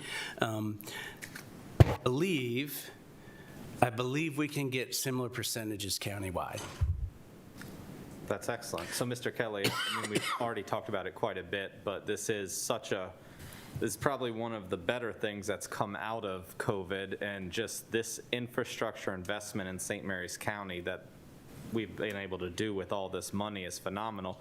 And we're getting another large chunk of money coming down. So be thinking about how you best see that plan going forward and continuing. I think you already have the plan in place, and we just need to keep pushing forward with it, because I would support dedicating another large chunk of the American Restoration funds to it. Sure. Good. Okay, well, thank you very much. Anything else, Commissioners? Thank you. Mr. Kelly, thank you very much, sir. Thank you, Commissioners. And item 6C is from the Office of the County Attorney with the Circuit Court Memorandum of Understanding and the Continuity of Operations Plan. Mr. Weiskopf? Thank you. Weiskopf again. Welcome again. Morning again. Talking about two memorandums of understanding with the courthouse, St. Mary's County Circuit Court. The first one regarding the courthouse property, front lawn and parking lot. We really did a thorough job with this. We chatted with County Administrator Arthur Shepard of Parks and Recreation, John Dietrich of DPW&T. Basically, the museum division was taking back over the old jail, and as a result, since we were going to staff it more and be there more, the court wanted, some parameters, like, what were we going to have functions during courthouse hours? And no, we're not, unless everybody agrees. If we're going to place things on the courthouse property, then they want to be aware and assured that it's not blocking some of their cameras or other security devices that they have there. So and also the town, we wanted to involve the town as well. So you'll see that this MOU is signed by Administrative Judge Michael J. Stom and by the town of Leonardtown's mayor, Mr. Daniel Burris. And also, because we are possibly going to use the underground bunker for emergency services, we wanted to carve out some specific parking spaces as well, and the judge agreed to that as well for the ambulances and workers that might work in the bunker. So that's what we did with the first MOU. I don't know if there's any. Our courthouse is opened up again yet? Are they back to open? Yes, they are, and they've started jury trials, is my understanding. Yeah, full service. Good. Yep, so they've got quite the backlog to work through. No late I think Neil Murphy is going every Wednesday to, knock out our backlog of civil citations over at District Court, so we'll see. I move to approve the memorandum of understanding with the Circuit Court and the Town of Leonardtown regarding the courthouse property and the continuity of operations plan MOU with the Circuit Court, and to authorize the Commissioner President to sign and any related documents. Second. I have a first and second. All in favor? Aye. Any opposed? Ayes have it. Thank you, Commissioners. And the second one is the Circuit Court for St. Mary's County's COOP plan. You just approved. I just approved that. Oh, you did both? Yeah. All right. It was one motion, so. All right. But no, that's a good. But you're still up anyway, so. And it's. So what that is just that in case of emergency where the Circuit Court could not be utilized, we agree that they would go to the building formerly known as Carver. And, it's an agreement between us and IT and, of how we would help them and ensure the continuity of the courthouse. Okay. Yeah. So then item D is also from the Office of County Attorney with the airport runway expansion land acquisition.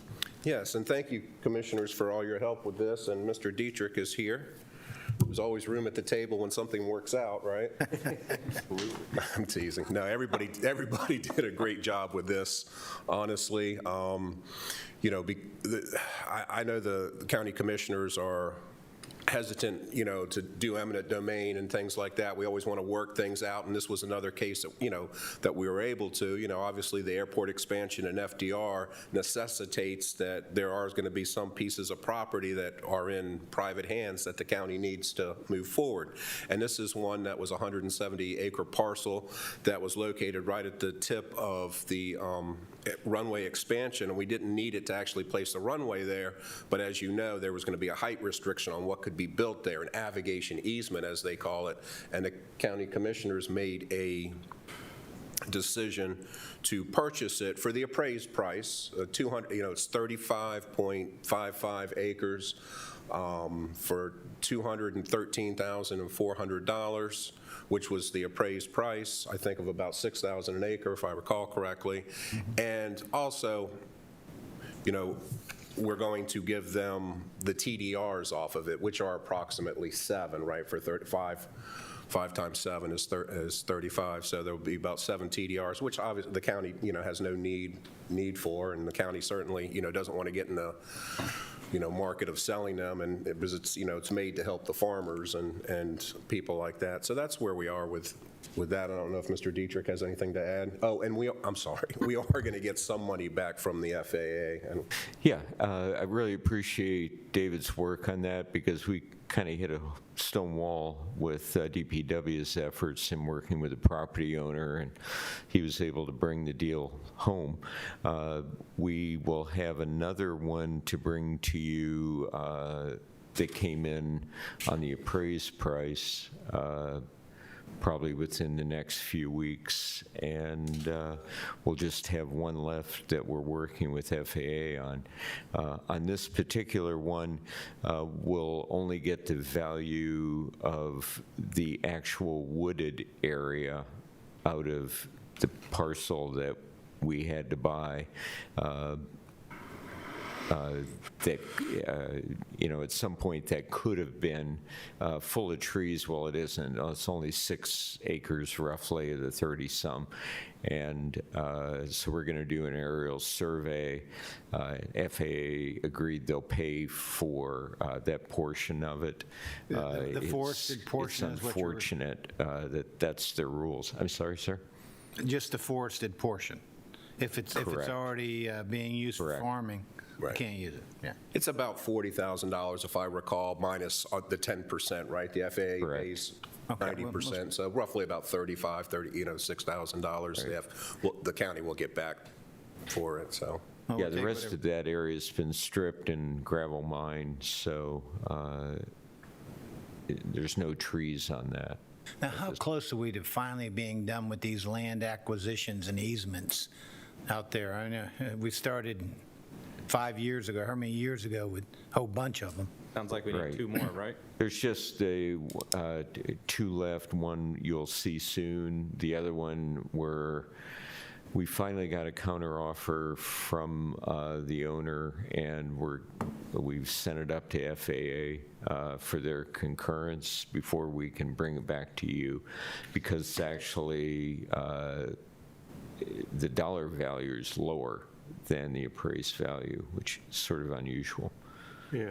Are any of these game stoppers, game changers is the term I'll use, are they going to keep us from moving forward out there? I don't believe so. We've having our pre-construction meeting out there, so the actual runway extension will be underway. They've already staged equipment on site and begun some of the clearing that could be done that's on our property. So that we're underway But the goal with is to that get that- project finally. Sorry. The goal is to finish this 5,200-foot runway to provide for all the accessibility that we need to continue to develop the area out there. That's correct, yeah. Yep. I don't have a date when that, you have any date when they'll get that 5,200 feet done? The lengthening, when will the lengthening of the runway be completed? At the end of, conceivably, the end of next year. Into 22? Correct. Okay.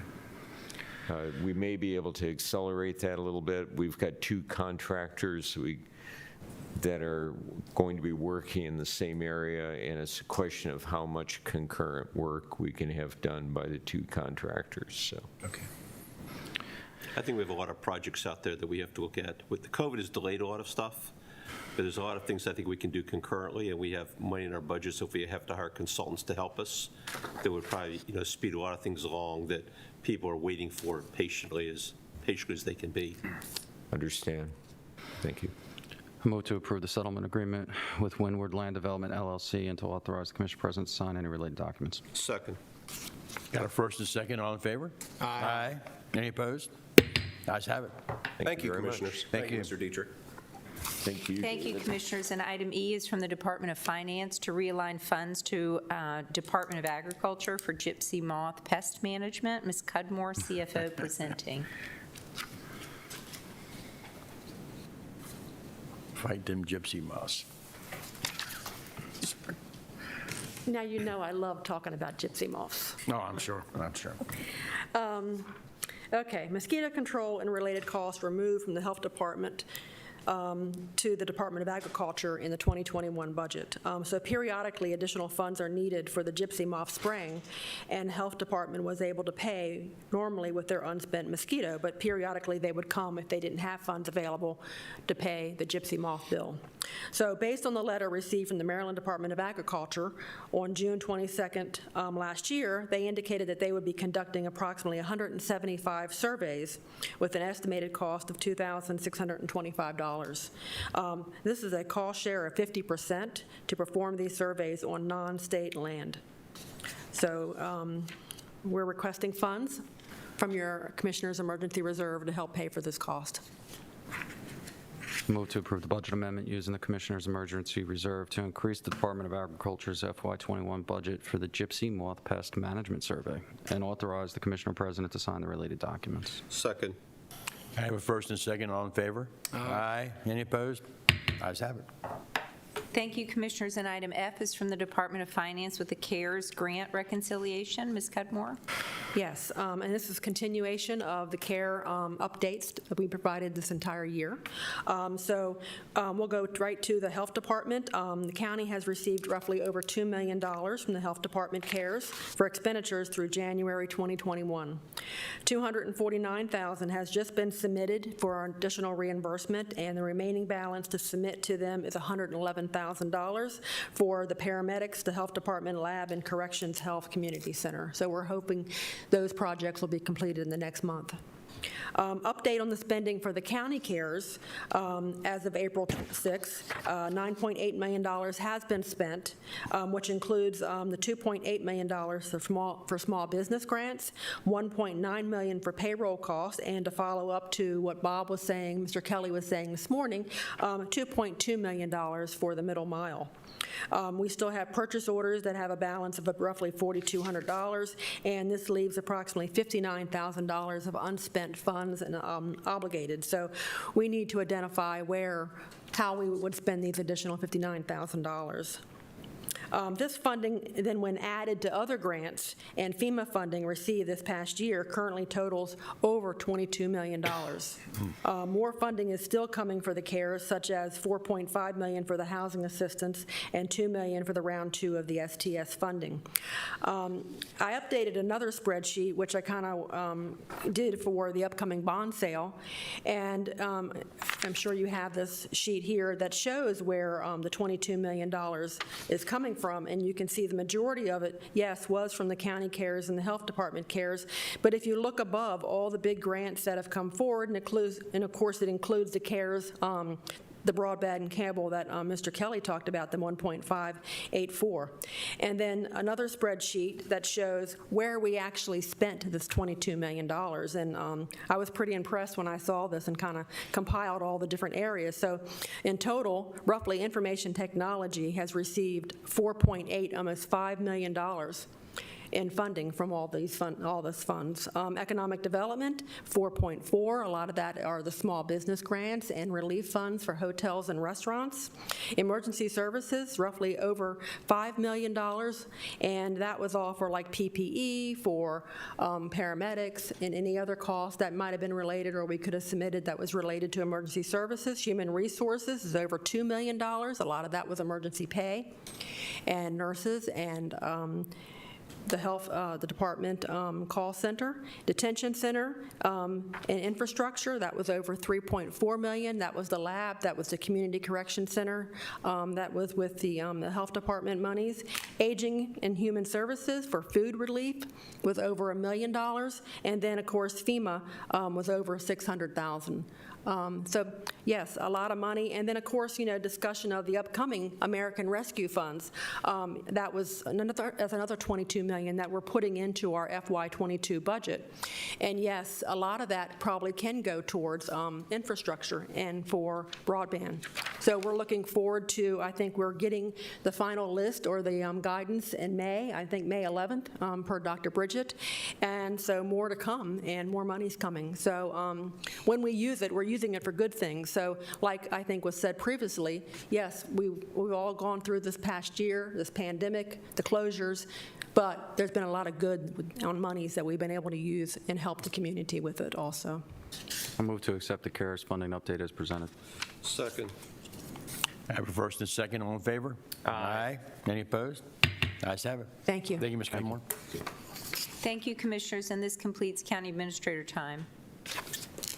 Okay, well, we'll go right into Commissioner time, starting with Commissioner Hewitt. Oh, well, thank you. This time. Well, the session ended in Annapolis.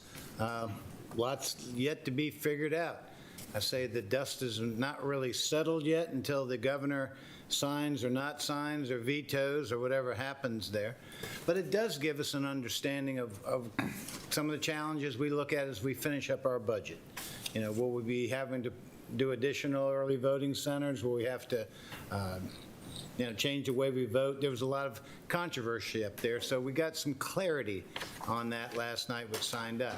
Hopefully with the governor's actions coming next and there won't be a special session, at least we'll have probably 8, 9 months, 10 months to figure out what's going to happen next. But congratulations, Senator Bailey, Delegates Morgan and Crosby and Clark for, I'm sure you guys are tired. I'm sure you were up late last night and glad you got it done. Planning Commission.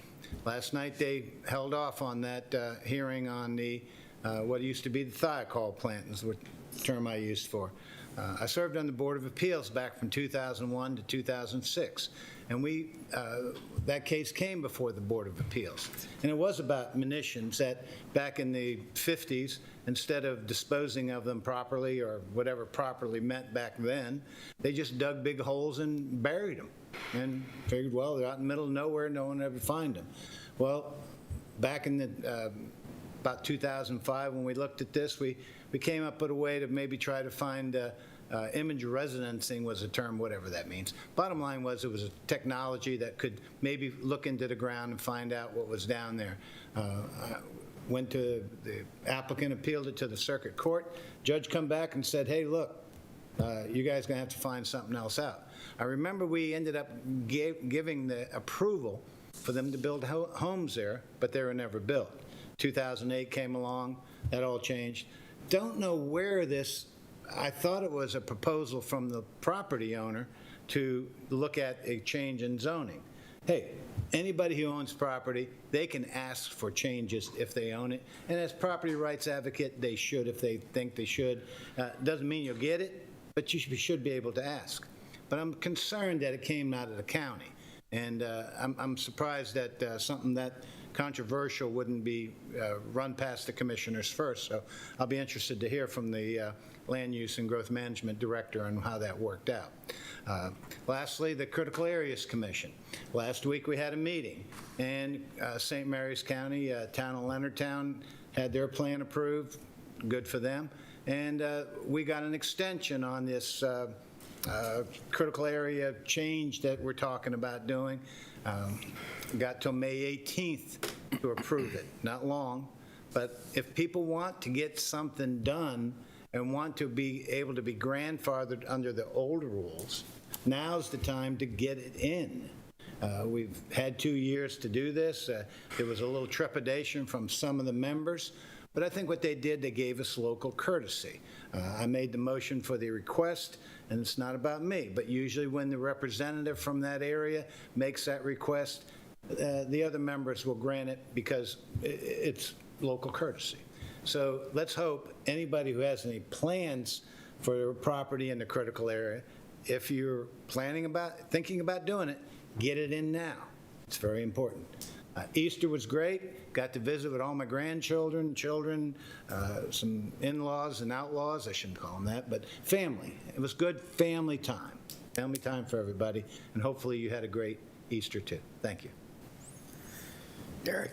Very good. Well, I want to echo the other commissioners' comments and just thank you to our state delegation, to Senator Bailey, our delegates. It was a lot of hard work. It was definitely a difficult session this year and different from any other session before, and a lot's come out of it, and we'll see at the end of the day what it all looks like and what it all means for us.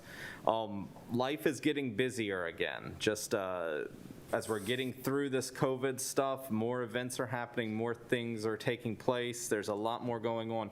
Couple of things to be on the lookout for. This Thursday, April 15th, 7 p.m., St. Mary's City is doing a lecture. It'll be online through Facebook where you can learn more about the discovery of the fort. There'll be a question and answer session. It's going to be a great event, so definitely tune into that if you're available, 7 p.m. on Thursday. Next Tuesday, we have a public forum at 6:30 p.m. You can come and talk to us about anything you'd like. Following Tuesday, we'll have a public hearing about the budget, so you've got 2 weeks to talk to us about anything you like regarding the budget. This Sunday, Happy Earth Day, this Sunday, Leonardtown is doing their annual Earth Day celebration. It's always a great event, but it's virtual again this year, unfortunately, but at least they're holding the event, so tune into that for their virtual event. Take note of that. Finally, last thing, boards and commissions. If you are interested in getting involved in local government, if you're interested in being able to share your input with us, join one of our boards and commissions. Sign up for that. There's an application process, and then we make selections twice a year. There's about a month left in the current application process, so there's a bunch of different boards that need members from the community to just be able to sit on them, provide input, share your experiences and your thoughts, and we would love to have you apply for that. Thank you all. Have a great week. John. Thank you. I want to recognize our dispatchers. They're the link to the emergency services that are out there. It can be a stressful job. Hearing the calls that come in, they're actually connecting with the victims before the police and fire get there. So I think it's a very important job and a key portion of our system. Our animal control officers, thank you for what you do. You do have an important job in our county, and I recognize that. And you know, we all know that animals touch people's hearts a different way. Because I can tell you that somebody will stop for an injured animal on the side of the road most of the time before they'll stop for an injured human. It's just the way it is, and you could see that over the conversations we had with the animal shelter. So it's a very passionate thing, and I appreciate what you do and interfacing with all of our community groups as well and involving them in the process. Warm weather is upon us. Obviously, we've had a nice streak, so, there's tons of motorcycles out. I say it all the time, be careful of the motorcycles. And I know we had spring forward with our clocks, and I didn't mention it then, but I'll mention it now. It was a while ago, obviously, at this point. But if you didn't check your fire smoke detectors, make sure you checked your smoke detectors. Go out there and check them. This is your I forgot to go ahead and do it, so now if you see Commissioner's time, maybe hopefully it'll remind you, and you won't get reminded by something else that could be catastrophic. So I was not able to attend Sheriff Somerville Senior's services. I know other commissioners were able to attend the viewing. Unfortunately, I was not feeling well. This weather that is so beautiful is also lots of pollen, and that day it was one of the bad days for allergies for me. And the one thing you don't want to do during COVID is show up someplace coughing, sneezing, and looking like you're sweating. So I was not there. I did acknowledge on Facebook and from there. However, I do agree with some of the sentiments of our community, and I'm hoping that what we can do is recognize his service and legacy in another form. And by doing that, I'm hoping that we can look and the community can come forward and see if there's a roadway that we could rename in behalf of Sheriff Somerville Senior. That type of service is very important to our community. This community loves our law enforcement. So I think that it is very fitting for the legacy that he left behind that we go ahead and remember that. So hopefully the community groups can come forward and they can support this and figure out where they would like to do it. And, I have one roadway in mind, which is FDR, because that name is synonymous with things that are just not getting completed and taking forever. So hopefully we can give it a facelift with a new name, but I don't know what the community has in mind. So I'd like to hear from them. So I appreciate your time. Thank you. Todd, you're next. Thank you, Mr. President. A couple things. We're still discussing monies, so those folks out there will recognize the fact that we have a hotel and restaurant relief fund is open, the portal's open again for opportunities to apply for the grants. I would encourage you to please do that. I think people have listened to me for 11 years here talking about sports complex. So I want to thank the delegation for getting $150,000 to move forward that sports complex, but as importantly to thank this board for turf fields. We finally got turf fields, and one of the results of that is the Maryland State Soccer is coming down this weekend, and it's going to be using our turf fields for a statewide tournament. So not only do people get to come down and see St. Mary's County, they get to play in our turf fields, they get to sleep in our hotels, they get to use our restaurants and things like that. So that's what this big picture's been all about, and now we're starting to see some fruits from our labors along the way. So thanks Art Shepard and everybody for helping us out to get those turf fields. April 20th. We heard from MDE about this flood insurance forum. We know that we discussed these maps that we've had, and we discussed the storm that came in last spring. I think it's important for anybody who is in critical areas or recognizes what flood insurance is all about now to take advantage of this tutorial you're going to be getting. I have infinite experience with floods in FEMA. And I know how important it is to have flood insurance, whether you have a mortgage or don't have a mortgage. If you have a mortgage, they're there for you. I mean, they're going to make you have flood insurance on those properties. If you have already paid things off, watch these flood insurance things because your homeowners association doesn't touch floods. Lastly, we've been talking about Annapolis. So let me call this Tale of Two Cities. Let's start with the Dickens perspective on this. And let's look and see what happened to the urban agenda and the rural agenda. We have discussed House Bill 670, bettering what I will refer to the neutering of the sheriff and the police department. Passed. You know, there was a lot of objection. Urbans wanted to neuter. Rurals, for the most part, were against it. It happened and went forward. There is legislation up there now to create what Governor Hogan has called a sanctuary state. I mean, we got a lot of grief here for supporting 2A as a sanctuary county, but now with immigration and things like that, make Maryland another sanctuary state. Obviously, it'll be very controversial. But I want to thank the delegation for getting some things through. First, the decoupling of MECCOM. I've said here for 3 years, and that's decouple MECCOM was a bad mistake going in.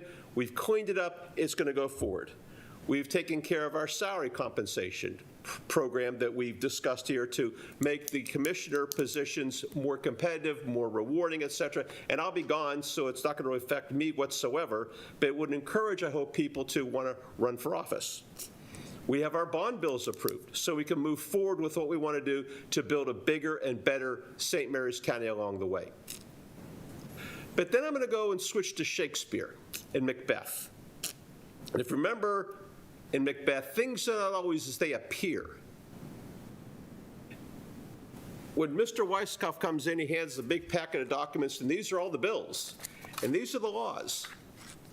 So what I would encourage people to do is, before you decide to go on Facebook and believe what you read, or go to the editorial pages of some newspapers who have a slightly different left-wing liberal agenda, such as the Tale of Two Cities I just talked about, please take time to read the bills. See what the bills say. See how these bills affect you. And then go back and see how your delegates voted on those bills. And did they vote in a manner that respects you and what the citizenry of St. Mary's County wants, or do they just go up the road and follow Tale of Two Cities because that was the political way to go? So at that, it's homework time for everybody. As we discussed before, there's a lot of devil in the details of these bills that has to be worked out and figured out along the way.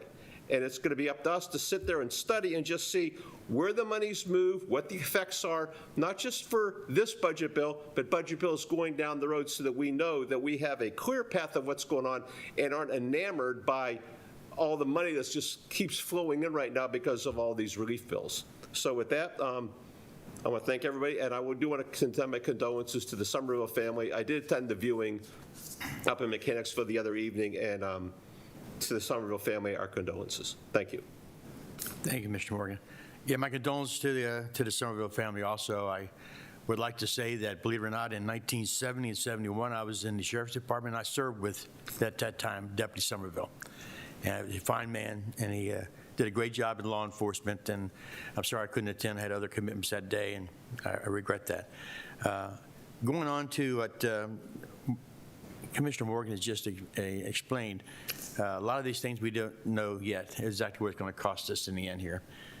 For example, just to put in another voting center for early voting is about $190,000. Now, nobody thinks about it. They just think, okay, well, we need this for people to show up for voting. Okay, fine. But you got to understand that's a cost that the county, we pay for. You and the taxpayers pay for these things. It's not something that comes out of a special fund somewhere and is passed down from the state. The state passes laws, but unfortunately we call them unfunded mandates, and you and I pay for it. So that has to be all of a sudden incorporated into our total budget at the end of this budget session. We got to look at this and say, are we have enough money next year to pay for this one or maybe two additional centers? It costs $190,000 per center. So that's something we got to think about. And we're not sure about all the law enforcement costs that's going to come down from this 670 bill. There could be costs involved in that the county's going to have to pay for. And that's just the way it is. And we're hit pretty hard right now with a lot of new FTEs coming out. We expanded our correctional center. More people there. We're getting ready to, we've already started clearing a lot for our animal control center. That's going to be more budgeted personnel we have to pay for. And the list goes on and on. We're looking at a lot of, we have to look at right now, we have the emergency medical service that because they're unable to meet their commitment with volunteers, we're having to put in some paid staff or contract, whatever you might call it, but still it's hundreds and maybe millions of dollars involved here that we have to look at. And for all those who have sent me hundreds, literally hundreds, of letters about fully funding the schools. Of course, I'm sort of curious about what fully funding the school means. To me, if I meet MOU, I have fully funded the school. MOE. I'm sorry, MOE, MOE, I have fully funded the school. If I give it $1 or more, I have given additional money. And that's the way that the law reads on that. So, but I can tell you that the last 6 years that I've been here, we have not only done MOE, we have funded millions of dollars, millions more every year to fund our schools. Because I believe in education is one of the primary things you've got to do in St. Mary's County. And even with this new, as you saw, I asked you to read this law about the blueprint for Maryland's education, or some of us have known for years going to Annapolis, the Kirwan Commission. St. Mary's County is one of the few small handful of counties that is meeting this blueprint for Maryland, or the Kirwan Commission as we all know it. So you need to look at that and understand that we have already kept in step and pretty much have funded and meeting the blueprint. So I want you to understand, for all those you get this form letter you've been sending to me, to understand what I don't know who's put you up to the form letter. I'm not going to really point fingers at anybody, but there are certain things that you have to look at, not just the school funding. We have all the other departments in our county that we have to fund. It's a total effort to provide for all the citizens of St. Mary's County in every way. And we have to support our law enforcement. We're a growing county. The detention center had to be rebuilt to accommodate more and more. Unfortunately, it takes people to man all these things. Our emergency services need to be funded more because we're not meeting all of our goals, and we have to supplement that. And that's something we got to deal with. And it's all part of this COVID thing, I know. And we're hopefully after about another 6 months or so, things will settle down a little bit. People get vaccinated. Maybe many people return back to their normal pace with volunteerism and everything. So we don't know that, though. So it takes extra effort to look at all this funding that we're getting ready to go through here in the next few months to make sure that all of this maybe will happen, maybe won't. It'll happen. And a lot of this great CARES grant you just heard about, the funding and everything is great that we had all this extra money, or I should say money coming in, and we rebuilt some of our structure here. And, you know, my gosh, there's no doubt that the communications effort for broadband and everything has been a tremendous help, not just for education, but for our entire county in building this up. But there takes additional spending to take care of all this. It's going to cost more money. That's just the way it is. With that said, I need a motion to go into closed session. I move to enter into closed session to discuss personnel. Second. I have a first, second. All in favor? Aye. So may it.